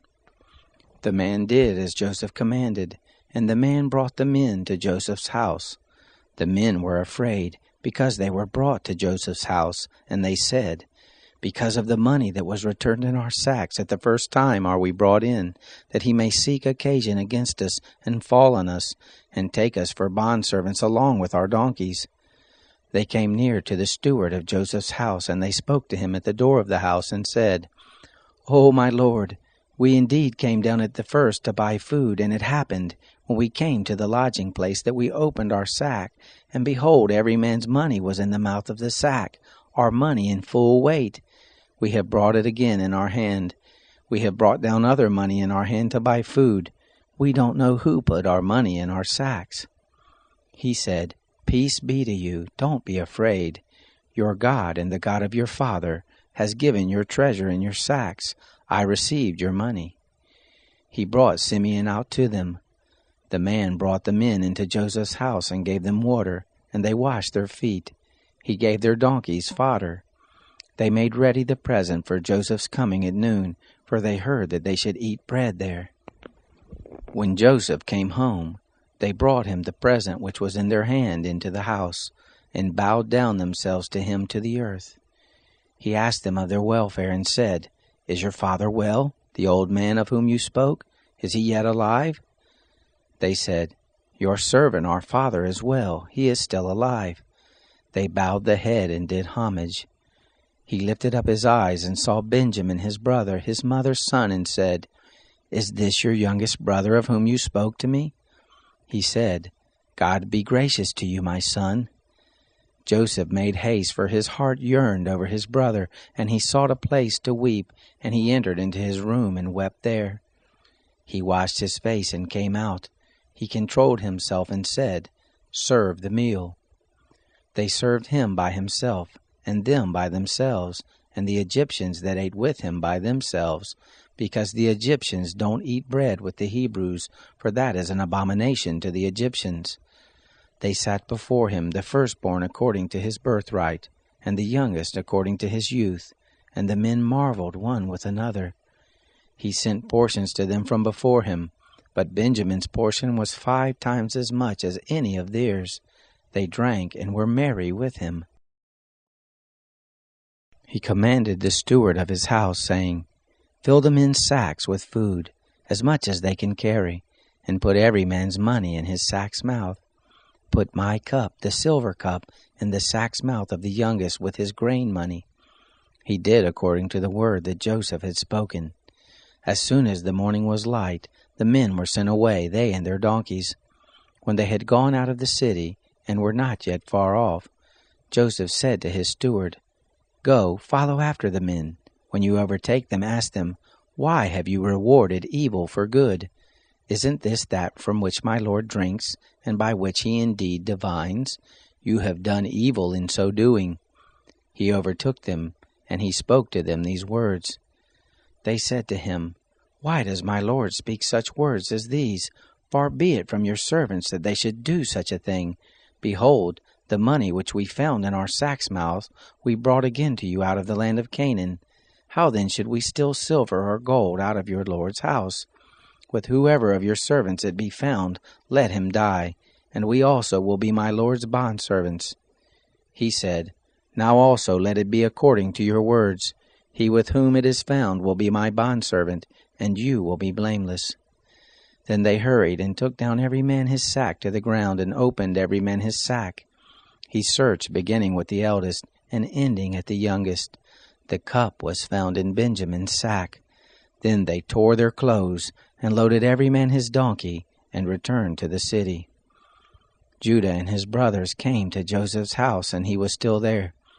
They fell on the ground before him. Joseph said to them, What deed is this that you have done? Don't you know that such a man as I can indeed divine? Judah said, What will we tell, my lord? What will we speak? Or how will we clear ourselves? God has found out the iniquity of your servants. Behold, we are my Lord's bondservants, both we, and he also in whose hand the cup is found. He said, Far be it from me that I should do so. The man in whose hand the cup is found, he will be my bondservant. But as for you, go up in peace to your father. Then Judah came near to him and said, O my lord, please let your servant speak a word in my lord's ear, and don't let your anger burn against your servant, for you are even as Pharaoh. My lord asked his servants, saying, Have you a father or a brother? We said to my lord, We have a father, an old man, and a child of his old age, a little one, and his brother is dead, and he alone is left of his mother, and his father loves him. You said to your servants, Bring him down to me, that I may set my eyes on him. We said to my lord, The boy can't leave his father, for if he should leave his father would die. You said to your servants, Unless your youngest brother comes down with you, you will see my face no more. It happened, when we came up to your servant my father, we told him the words of my lord.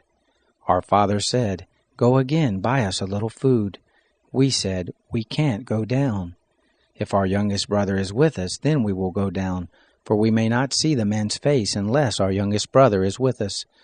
Your servant my father said to us, You know that my wife bore me 2 sons, and the one went out from me, and I said, Surely he is torn in pieces, and I haven't seen him since. If you take this one also from me, and harm happens to him, you will bring down my gray hairs with sorrow to Sheol.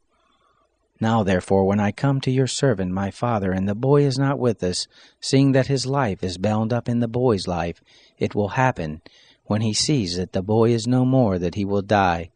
Your servants will bring down the gray hairs of your servant our father with sorrow to Sheol. For your servant became collateral for the boy to my father, saying, If I don't bring him to you, then I will bear the blame to my father forever. Now therefore please let your servant stay instead of the boy, a bondservant to my lord, and let the boy go up with his brothers. For how will I go up to my father if the boy isn't with me, lest I see the evil that will come on my father? Then Joseph couldn't control himself before all those who stood before him, And he cried, Cause every man to go out from me. There stood no man with him, while Joseph made himself known to his brothers. He wept aloud. The Egyptians heard, and the house of Pharaoh heard. Joseph said to his brothers, I am Joseph. Does my father still live? His brothers couldn't answer him, for they were terrified at his presence. Joseph said to his brothers, Come near to me, please. They came near. He said, I am Joseph, your brother, whom you sold into Egypt. Now don't be grieved nor angry with yourselves that you sold me here, for God sent me before you to preserve life. For these 2 years the famine has been in the land, and there are yet 5 years in which there will be neither plowing nor harvest. God sent me before you to preserve you a remnant in the earth, and to save you alive by a great deliverance. So now it wasn't you who sent me here, but God, and he has made me a father to Pharaoh, lord of all his house, and ruler over all the land of Egypt. Hurry and go up to my father and tell him, This is what your son Joseph says. God has made me lord of all Egypt. Come down to me, don't wait. You shall dwell in the land of Goshen, and you will be near to me, you, your children, your children's children, your flocks, your herds, and all that you have. There I will nourish you, for there are yet 5 years of famine, lest you come to poverty, you and your household and all that you have. Behold, your eyes see, and the eyes of my brother Benjamin, that it is my mouth that speaks to you. You shall tell my father of all my glory in Egypt, and of all that you have seen. You shall hurry and bring my father down here. He fell on his brother Benjamin's neck and wept, and Benjamin wept on his neck. He kissed all his brothers and wept on them. After that his brothers talked with him. The report of it was heard in Pharaoh's house, saying, Joseph's brothers have come. It pleased Pharaoh well and his servants. Pharaoh said to Joseph, Tell your brothers, do this. Load your animals and go, travel to the land of Canaan. Take your father and your households and come to me, and I will give you the good of the land of Egypt, and you will eat the fat of the land. Now you are commanded to do this. Take wagons out of the land of Egypt for your little ones and for your wives, and bring your father and come. Also don't concern yourselves about your belongings, for the good of all of the land of Egypt is yours. The sons of Israel did so. Joseph gave them wagons according to the commandment of Pharaoh, and gave them provision for the way. To all of them he gave each man changes of clothing, but to Benjamin he gave 300 pieces of silver and 5 changes of clothing. To his father he sent after this manner: 10 donkeys loaded with the good things of Egypt, and 10 female donkeys loaded with grain and bread and provision for his father by the way. So he sent his brothers away, and they departed. He said to them, See that you don't quarrel on the way. They went up out of Egypt and came into the land of Canaan to Jacob their father. They told him, saying, Joseph is still alive, and he is ruler over all the land of Egypt. His heart fainted, for he didn't believe them. They told him all the words of Joseph which he had said to them. When he saw the wagons which Joseph had sent to carry him, the spirit of Jacob their father revived. Israel said, It is enough. Joseph, my son, is still alive. I will go and see him before I die. Israel traveled with all that he had and came to Beersheba, and offered sacrifices to the God of his father Isaac. God spoke to Israel in the visions of the night and said, Jacob, Jacob. He said, Here I am. He said, I am God, the God of your father. Don't be afraid to go down into Egypt, for there I will make of you a great nation. I will go down with you into Egypt. I will also surely bring you up again. Joseph will close your eyes. Jacob rose up from Beersheba, and the sons of Israel carried Jacob their father, their little ones and their wives, in the wagons which Pharaoh had sent to carry him. They took their cattle and their goods, which they had gotten in the land of Canaan, and came into Egypt, Jacob and all his seed with him, his sons and his sons' sons with him, his daughters and his sons' daughters, and he brought all his seed with him into Egypt. These are the names of the children of Israel who came into Egypt: Jacob and his sons. Reuben, Jacob's firstborn. The sons of Reuben, Hanok, Palu, Hezron, and Carmi. The sons of Simeon, Jemuel, Jamin, Ohad, Jachin, Zohar, and Shaul, the son of a Canaanite woman. The sons of Levi, Gershon, Kohath, and Merari. The sons of Judah, Onan, Shelah, Perez, and Zerah. But and Onan died in the land of Canaan. The sons of Perez were Hezron and Hamul. The sons of Issachar, Tola, Puvah, Iob, and Shimron. The sons of Zebulun, Sered, Elon, and Shalil. These are the sons of Leah, whom she bore to Jacob in Padan Aram, with his daughter Dinah. All the souls of his sons and his daughters were 33. The sons of Gad, Ziphion, Hagi, Shunai, Esbon, Eri, Arodai, and Areli. The sons of Asher, Imnah, Ishva, Ishvi, Beriah, and Sarah their sister. The sons of Beriah, Eber, and Malchiel.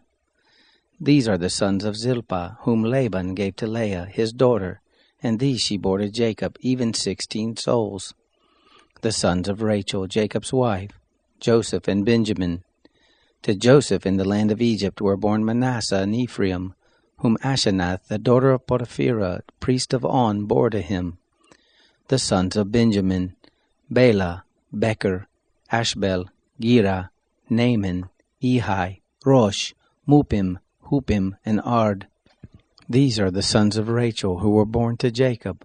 All the souls were 14. The son of Dan, Hushim. The sons of Naphtali, Jazil, Gunai, Jezer, and Shelim.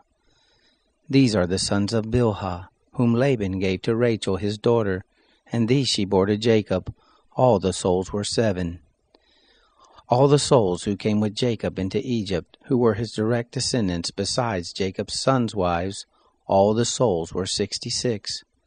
The sons of Joseph, who were born to him in Egypt, were 2 souls. All the souls of the house of Jacob who came into Egypt were 70. He sent Judah before him to Joseph, to show the way before him to Goshen, and they came into the land of Goshen.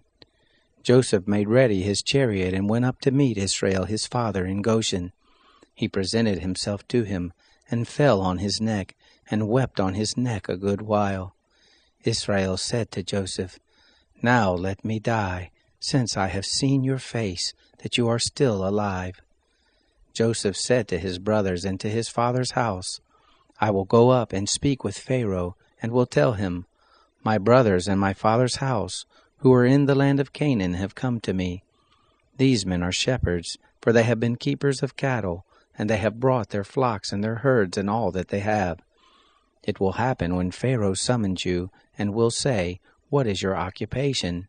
That you shall say, Your servants have been keepers of cattle from our youth, even until now, both we and our fathers, that you may dwell in the land of Goshen. For every shepherd is an abomination to the Egyptians." Then Joseph went in and told Pharaoh and said, "My father and my brothers, with their flocks, their herds, and all that they own, have come out of the land of Canaan, and behold, they are in the land of Goshen." From among his brothers he took 5 men, and presented them to Pharaoh. Pharaoh said to his brothers, "What is your occupation?" They said to Pharaoh, "Your servants are shepherds, both we and our fathers." They said to Pharaoh, "We have come to live as foreigners in the land, for there is no pasture for your servants' flocks. For the famine is severe in the land of Canaan. Now therefore please let your servants dwell in the land of Goshen." Pharaoh spoke to Joseph, saying, "Your father and your brothers have come to you. The land of Egypt is before you. Make your father and your brothers dwell in the best of the land. Let them dwell in the land of Goshen. If you know any able men among them, then put them in charge of my cattle." Joseph brought in Jacob his father, and set him before Pharaoh. And Jacob blessed Pharaoh. Pharaoh said to Jacob, "How many are the days of the years of your life?" Jacob said to Pharaoh, The days of the years of my pilgrimage are 130 years. Few and evil have been the days of the years of my life, and they have not attained to the days of the years of the life of my fathers in the days of their pilgrimage. Jacob blessed Pharaoh, and went out from the presence of Pharaoh. Joseph placed his father and his brothers, and gave them a possession in the land of Egypt, in the best of the land, in the land of Ramses, as Pharaoh had commanded. Joseph nourished his father, his brothers, and all of his father's household with bread according to their families. There was no bread in all the land, for the famine was very severe, so that the land of Egypt and the land of Canaan fainted by reason of the famine. Joseph gathered up all the money that was found in the land of Egypt and in the land of Canaan, for the grain which they bought, and Joseph brought the money into Pharaoh's house. When the money was all spent in the land of Egypt and in the land of Canaan, all the Egyptians came to Joseph and said, "Give us bread, for why should we die in your presence? For our money fails." Joseph said, "Give your cattle, and I will give you food for your cattle, if money fails." They brought their cattle to Joseph, and Joseph gave them bread in exchange for the horses, and for the flocks, and for the herds, and for the donkeys, and he fed them with bread in exchange for all their cattle for that year. When that year was ended, they came to him the second year and said to him, "We will not hide from my lord how our money is all spent, and the herds of cattle are my lord's. There is nothing left in the sight of my lord but our bodies and our lands. Why should we die before your eyes, both we and our land? Buy us and our land for bread, and we and our land will be servants to Pharaoh. Give us seed that we may live and not die, and that the land won't be desolate." So Joseph bought all the land of Egypt for Pharaoh, for the Egyptians sold every man his field, because the famine was severe on them, and the land became Pharaoh's. As for the people, he moved them to the cities from one end of the border of Egypt even to the other end of it. Only he didn't buy the land of the priest, for the priest had a portion from Pharaoh, and ate their portion which Pharaoh gave them. That is why they didn't sell their land. Then Joseph said to the people, "Behold, I have bought you and your land today for Pharaoh. Behold, here is seed for you, and you shall sow the land. It will happen at the harvest, that you shall give a fifth to Pharaoh, and 4 parts will be your own, for the seed of the field, for your food, for them of your households, and for food for your little ones." They said, "You have saved our lives. Let us find favor in the sight of my lord, and we will be Pharaoh's servants." Joseph made it a statute concerning the land of Egypt to this day, that Pharaoh should have the fifth. Only the land of the priest alone didn't become Pharaoh's. Israel lived in the land of Egypt, in the land of Goshen, and they got themselves possessions therein, and were fruitful and multiplied exceedingly. Jacob lived in the land of Egypt 17 years. So the days of Jacob, the years of his life, were 147 years. The time drew near that Israel must die, and he called his son Joseph and said to him, "If now I have found favor in your sight, please put your hand under my thigh, and deal kindly and truly with me. Please don't bury me in Egypt, but when I sleep with my fathers, you shall carry me out of Egypt, and bury me in their burying place." He said, "I will do as you have said." He said, "Swear to me." And he swore to him. Israel bowed himself on the bed's head. It happened after these things that someone said to Joseph, "Behold, your father is sick." He took with him his 2 sons, Manasseh and Ephraim. Someone told Jacob and said, "Behold, your son Joseph comes to you." And Israel strengthened himself and sat on the bed. Jacob said to Joseph, "God Almighty appeared to me at Luz in the land of Canaan and blessed me, and said to me, Behold, I will make you fruitful and multiply you, and I will make of you a company of peoples, and will give this land to your seed after you for an everlasting possession. Now your 2 sons, who were born to you in the land of Egypt before I came to you into Egypt, are mine, Ephraim and Manasseh, even as Reuben and Simeon will be mine. Your issue, who you had become father of after them, will be yours. They will be called after the name of their brothers in their inheritance. As for me, when I came from Padan, Rachel died by me in the land of Canaan in the way, when there was still some distance to come to Ephrath, and I buried her there in the way to Ephrath. The same is Bethlehem. Israel saw Joseph's sons and said, Who are these? Joseph said to his father, They are my sons whom God has given me here. He said, Please bring them to me, and I will bless them. Now the eyes of Israel were dim for age, so that he couldn't see. He brought them near to him, and he kissed them and embraced them.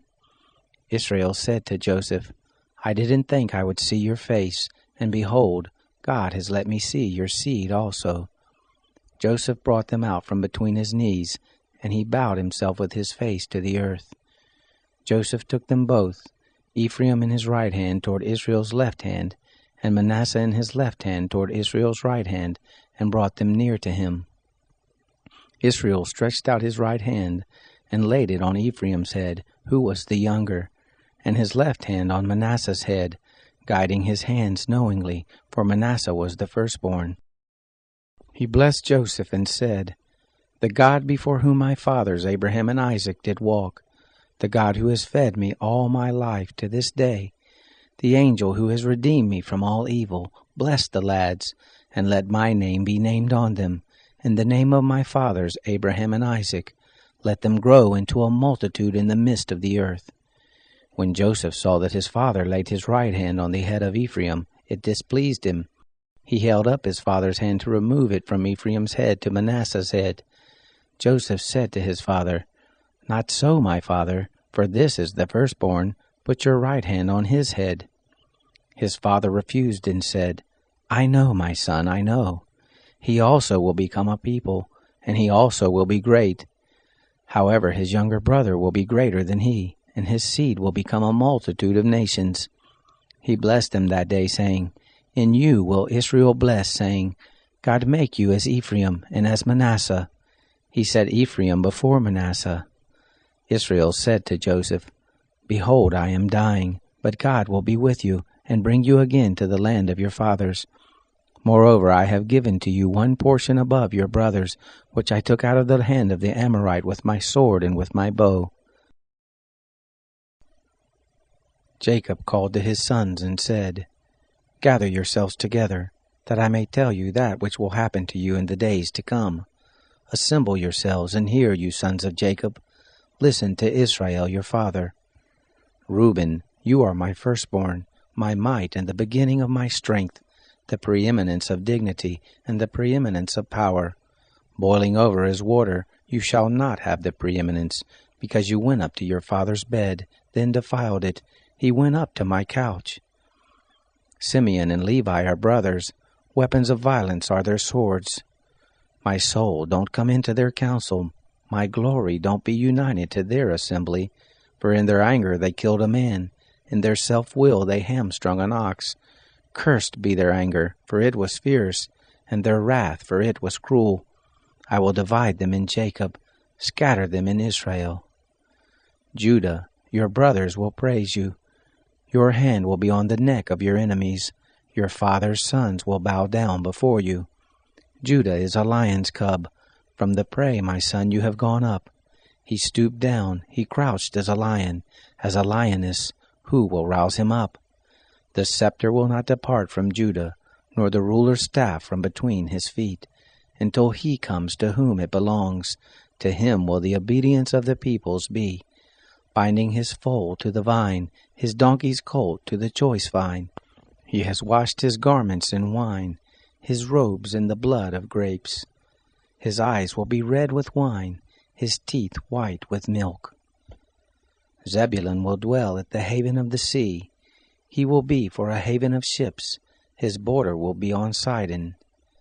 Issachar is a strong donkey, lying down between the saddlebags. He saw a resting place that it was good, the land that it was pleasant. He bows his shoulder to the burden, and becomes a servant doing forced labor. Dan will judge his people, as one of the tribes of Israel. Dan will be a serpent in the way, an adder in the path, that bites the horse's heels, so that his rider falls backward. I have waited for your salvation, Lord. Gad, a troop will press on him, but he will press on their heel. Out of Asher his bread will be fat.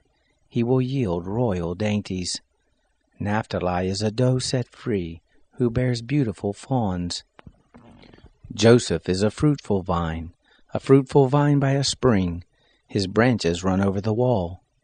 The archers have sorely grieved him, shot at him and persecute him. But his bow abode in strength. The arms of his hands were made strong by the hands of the mighty one of Jacob. From there is the shepherd, the stone of Israel. Even by the God of your father who will help you, by the Almighty who will bless you with the blessings of heaven above, blessings of the deep that lies below, blessings of the breast and of the womb. The blessings of your father have prevailed above the blessings of the ancient mountains, above the bounty of the age-old hills. They will be on the head of Joseph, on the crown of the head of him who is separated from his brothers. Benjamin is a ravenous wolf. In the morning he will devour the prey. At evening he will divide the spoil.